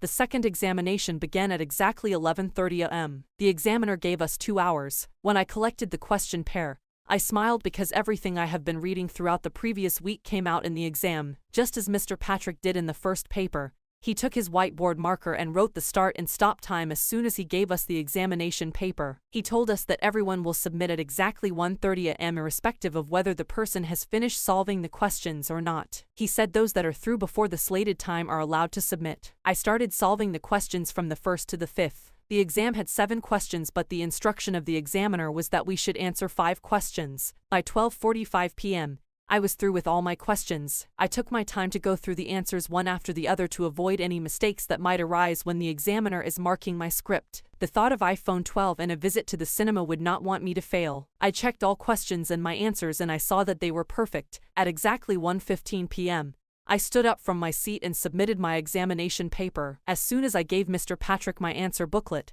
he told me to go outside. I went back to my classroom waiting for other students to submit their papers so that we can be told to go home. At exactly 1:15 p.m., Mr. Patrick told all students to submit. He collected the entire answer booklet. When he came out, he told us to go home and prepare for the next exam on Tuesday. I was already holding my bag in my hand, so I didn't have to go back to the class. I immediately made my way to the school gate. Fortunately, I saw a taxi when I came out of the school gate. The taxi dropped me in front of our house. I gave him his money and I entered our house. Just as I usually do when I come back from school, I went into my room and took my shower. I changed into another outfit and I went to the kitchen to have my lunch. While I was eating, my mom asked me how the examination went. I told her my reading paid off because I saw everything I read in the exam. She was very happy. She told me not to relent. She told me to put more effort so that I can become the best student in my school. After my lunch, I sat on the couch to relax my head. My books were already on my table in my room. I put my alarm at 5 p.m. and I slept off on the couch. At exactly 5 p.m., the alarm started ringing. As soon as I heard the alarm, I woke up and I went into my room. I opened it and started reading for the next exam. I read until 1 a.m. before I retired to my bed. I woke up as early as exactly 6 a.m. and I went to the bathroom to take my bath. After taking my bath, I put on my uniform and I came to the sitting room to wait for my dad. When my dad came to the sitting room, he was surprised to me in the room already dressed. We all took breakfast and we went into his car. At exactly 7 a.m., we arrived at my school. My dad dropped me off and he went on his way while I made my way to my class. At exactly 7:30 a.m., we were called to the assembly ground. The head teacher reminded us of all the rules and regulations involving the examination. He told us to continue working harder to achieve a good result. He told us to go straight to the exam hall because the examination will start immediately after the assembly. When he left the assembly ground, we rushed to our classes to drop our bags because we will not be allowed to enter the exam hall with our bags. After dropping my bag, I rushed down to the exam hall. There was no time to revise, but I was confident that I had prepared enough. We queued in front of the exam hall as usual. We are only allowed into the exam hall after Mr. John checked for examination clearance. We started the examination by 8 a.m. and ended at 10 p.m. We were given an hour to prepare for our next examination. I went to my class, picked my bag, and went to a silent place to read because many students were making noise in my class. I was there when I heard that the bell has been rung for the exam. I went to my class to drop my bag and I joined my colleagues in the exam hall. We started the exam at exactly 11 a.m., and it ended at 1 a.m. After Mr. John collected our examination booklet, he told us to go home. I rushed back home to prepare for the next day's examination. That was my routine throughout the examination period. It lasted for 14 days. On the final day of the exam, the head teacher applauded all students. He said we have all done well, but only one student can be awarded the prize of the best student. He told us to go home. He gave us the date when the prize for the best student will be awarded. He said all students must come with their parents on the prize-giving day. On the prize-giving day, I woke up very early and took my bath. I went to my parents' room to wake them up. My parents were very surprised to see me at their door at that time. I told them to get prepared so that we can start going to my school. I was confident that I would be awarded the best student because I read very well during the exam, and I was able to answer all the questions that came my way in the exam. I left my parents' room and went back to my room to put on my clothes because I had already taken my bath. After putting on my cloth, I came to the sitting room to wait for my parents. At exactly 7:30 a.m., my parents came out of their room already dressed. My mom prepared a light breakfast for us. After eating breakfast, we all entered my dad's car and he drove off. We arrived at my school at exactly 8 a.m. The parking lot was filled to the brim with different cars. The hall was filled as students and parents were seated patiently to see which student will go home with the award of the best student. The head teacher made his way to the podium and declared the ceremony open. He appreciated everyone present at the occasion. He said the occasion is to celebrate the student that performed better. He said before the announcement, there are other activities like singing, dancing, and debate competition. After 2 hours, all activities ended and it was time to award the best student. The head teacher said he will call 3 students to the podium. He said the 3 students had the best result. He said only of those 3 will go home with the prize. He said the other 2 will be compensated too. The head teacher told the gathering to help him welcome Mason Williams. She was received with huge cheers as she made her way to the podium. Next was Chris Taylor. He was also welcomed with sounding applause. I became scared when the headmaster mentioned 2 names without mentioning my name. I began to wonder if I would be called. I never lost hope because I knew I did well in my exam. After that, the head teacher said permit me to welcome Sophia White to the podium. I stood up with cheers on my face. My dad and my mom were smiling at me from where they were sitting. I walked to the podium and joined Chris Taylor and Mason Williams who were already standing. The head teacher reminded the gathering that every student on the podium did well in the exam. He said it's just unfortunate that it is only one person that can wear the crown. He said everybody is a winner including those that were not called to the podium. The head teacher announced the 3rd position which was Mason Williams. She collected her prize and she left the podium. It was time to announce the 1st position. I was shaking where I was standing. I kept remembering iPhone 12 and a trip to the cinema. The head teacher said the prize for the best student goes to Sophia. I screamed in excitement. My dad and my mom joined me on the podium to receive my prize. The head teacher brought out a new iPhone 12 and presented it to me. As soon as I collected the iPhone 12, I opened the box and started taking pictures with it. Other teachers presented gifts to me. Mr. John gave me a school bag while another teacher gave me an umbrella. I took photos with my mom and dad. I took photos with the head teacher and other teachers. After the photo session, food was served to all the guests. I ate to my satisfaction. After the meal, my dad told me it was time to go home. I went over to my teachers and gave each one of them a hug. I appreciated them for their investment in me. I told them I wouldn't be the best student if they did not take their time to teach me very well in class. I rushed down to where my dad parked his car. When I got there, my dad was getting ready to move. I entered the car and we drove off. While we were driving, my dad kept appreciating me. He said I have made him proud. He said the joy he felt when he was called to join me on the podium cannot be quantified. He said the last time he felt that happy was when my mother gave birth to me. He urged me not to relent in my studies. He urged me to continue making him proud.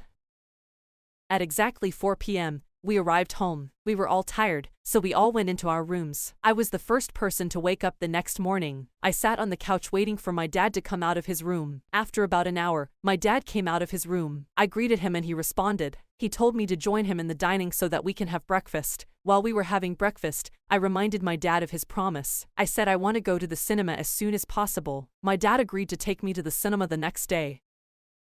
I woke up very early in the morning because I had some laundry to do. I packed my clothes into the bathroom and I washed them. After I finished my laundry, I took my bath. I checked the time and it was 7 a.m. I knew breakfast would be ready, so I went to the kitchen to eat breakfast. While I was eating, my dad came out of his room. He said we will be going to the cinema by 10 a.m. He said the movie we want to watch will be shown by 11 a.m. After I finished eating my breakfast, I went back to my room and picked up my novel. I read my novel until 8:30 a.m. before I slept off. I set my alarm at 9:30 a.m. before I slept.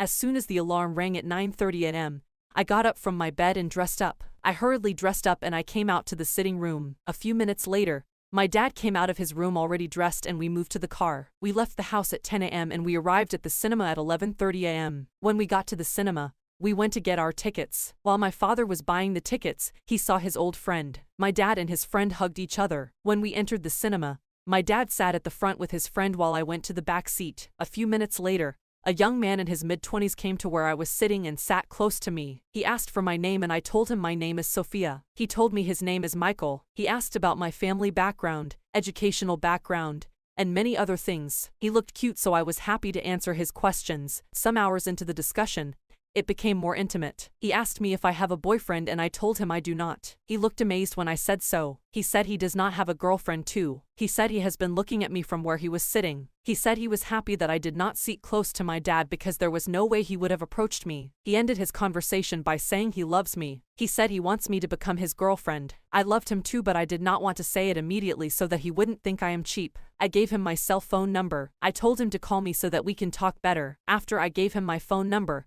I told him to leave because I noticed that my dad was already looking for me. After the movie, we entered the car and drove off. I couldn't take his thought off me. It was as if I haven't seen a man before. When we got home, I went straight to my room because I was expecting his call. 30 minutes later, Fred called me. We talked about the movies and many other things. He told me he is still waiting for my reply about his proposal. I told him that I needed to ask him a question that I forgot to ask at the cinema. He told me to ask. I asked him about his age. He said he was 26. Fred told me to give him an instant answer to his proposal. I told Fred that I loved him too. He was very happy as I could hear how loud he was screaming on the phone.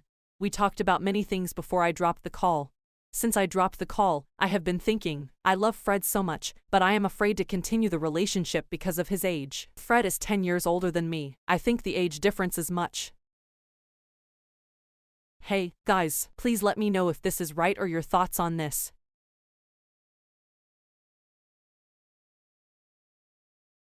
Guys, my name is Don, and yesterday I turned 16-year-old. You know what they say about sweet 16? It should be sweet but crazy at the same time. But my birthday was crazier than sweet. It was an epic night, and I am going to tell you all about it. I was born and raised in Pristina, Kosovo. I am the only guy in our house. I live with my mother and my sisters. My dad had passed away from cancer when I was just a baby. I didn't get to stay much with him. But my mom says that he was exactly like me, rebellious, free and funny. I often wonder how my life would be if my dad would still be alive. But, my mom had become my dad too. She is the strongest woman that I've ever met. My mom is my hero. My two big sisters are married and have kids. Now it's just mom and me. Sometimes, she is home alone, and I feel bad, but I always say to her that she should move on with her life and find someone else. I know she loves Dad, and they had a beautiful marriage and life together. But, I know that Dad would want Mom to be happy and not lonely. Everyone deserves to have someone they cuddle with during the cold nights. My mom often jokes around and says to me when I will bring the bride home. She was so young when she got married to Dad. It was different back then. She doesn't get the fact that people don't want serious relationships nowadays. They would rather cheat than get married. She doesn't know that I text and go out with many different girls. I know that she wouldn't like this fact. She wouldn't like the fact that I smoke too. But I chose not to tell her, even though there were times that she found cigarettes on my clothes while she was doing laundry. But she never asks because she knows that the truth is ugly. I try to be a good boy just so she will not get worried. But I am a good boy. I don't mind going to school, and I don't mind waking up early in the morning. I don't even study, but I do well in school. Most of the time of my life I spend with my 3 best friends. We all go to the same school and live in the same neighborhood. We have been friends forever. My favorite part of my house is my basement. It's where my friends and I stay. We call it Don's basement. A day doesn't go without us hanging there. We play video games, we talk about girls. We drink some beers here and there. It is always a good time. But, my birthday was almost here, and this time we wanted to make something different. We didn't know what to do. We were a bunch of 15-year-old kids with no driver's license who couldn't buy even a pack of beers. We decided to call the brother of one of our friends. He was a 22-year-old. He had a car driver's license, and we would go anywhere we wanted with him.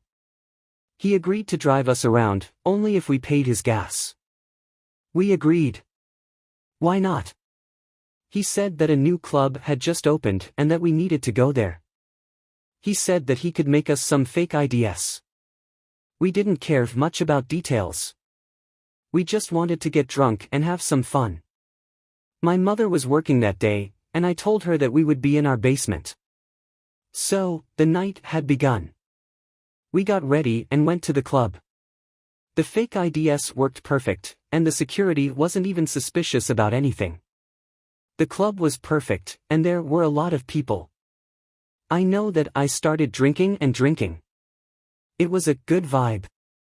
But my eyes were blurry, and I couldn't feel my legs anymore. The alcohol was getting into my head. Then we got in the car. And, from this moment, I don't remember anything else. Apparently, I fell asleep.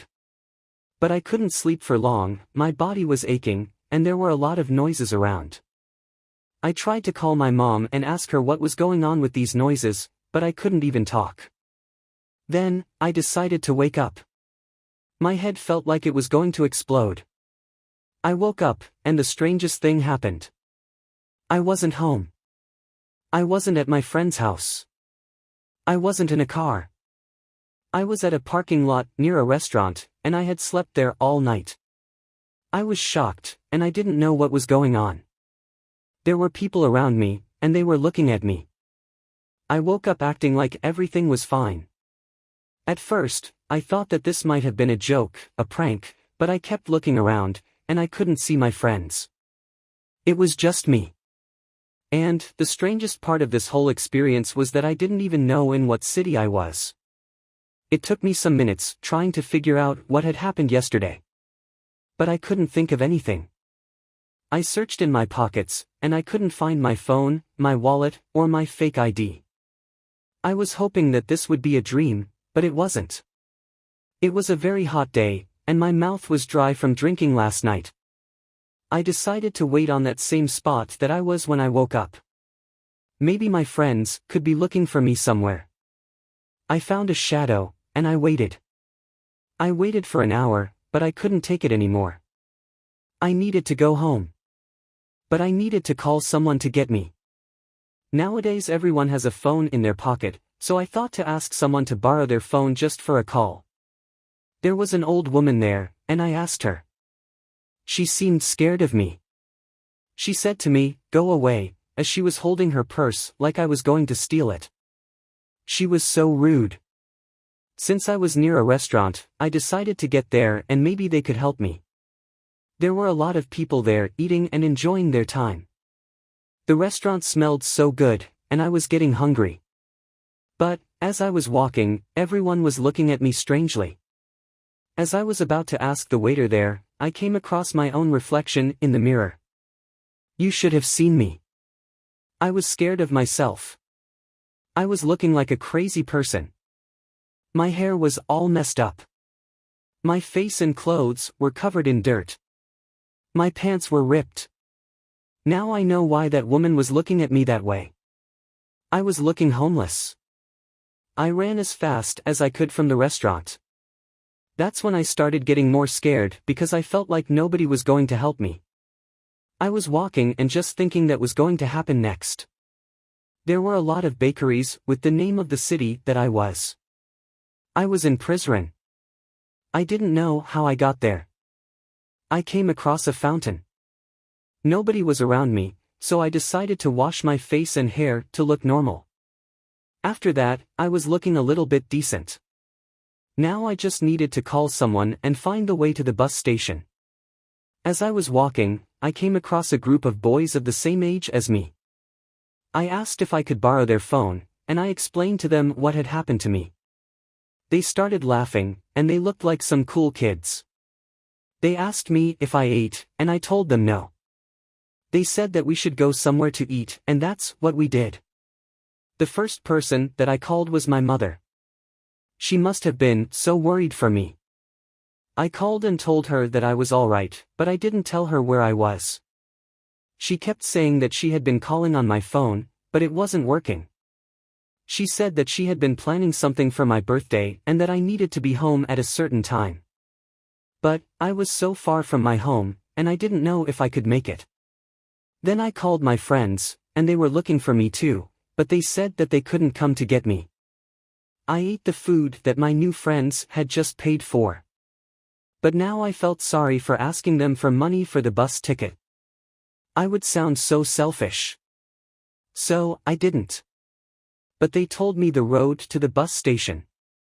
I arrived there, and I had to wait for some minutes until the bus driver started driving. I had some minutes to think about what I will do, but I couldn't think of anything. I got on the bus hoping that they would not ask for the ticket's money. There were a lot of people on the bus, and I could barely find a seat. This way, I thought that they would not notice me. But they did. They said that they felt sorry, but they couldn't accept me without a ticket. They had to get me out of the bus in the middle of the road. I got so embarrassed when they kicked me out. But I had to get home, and I only had some hours left. I decided to get out on the road and see if I was lucky enough for someone to give me a drive. I waited some minutes, and the day was almost over. It was getting darker, and I was so tired. I just needed to take a long nap in my warm bed. Then, when I was about to lose hope, a car pulled next to me, honking and saying to get in. I got in without even looking who the driver was. It could be a psychopath, a serial killer. But I didn't care at all. Luckily, I got in and saw a group of girls. There were 3 girls, and they were from Pristina. They were from the same city as me, but I had no idea who they were. They were on a road trip to Prizren. It felt so good just sitting in the car and looking from the window, knowing that I am going home. The road to home was long, but I slept half the way. I only had an hour left before I would arrive home, so my mom wouldn't notice where I was. Then, I had arrived at my city, finally. The girls couldn't drive me exactly to my neighborhood, but I ran so fast. I came in the house, and the lights were off, and I heard someone shouting, "Surprise!" The whole family had come to wish me a happy birthday, just like what I needed. They were surprised when they saw me. I looked like I was chased by some dogs. But, I couldn't tell what had happened to me because my mother would kill me. I blew the candles of my birthday cake. I stayed there for some good minutes and immediately went to sleep. My mom didn't suspect anything, and I was glad. The next day, I slept till afternoon. It was the best sleep that I've ever had. I decided to meet up with my friends and talk about what had happened the night before. They said that I've had found some friends in the club from Prizren and that I insisted on going with them. They thought that I wasn't that drunk. I still don't know who they were and what we did. Then, suddenly, I got a message from someone. Someone had sent me some pictures, saying, "We had so much fun." It was me, and I was with the guys from Prizren. We had made a lot of pictures together. I still haven't met with them and found out exactly what happened. But, I just wanted to tell my story and tell everyone that you should drink a very reasonable amount. It is important to have fun,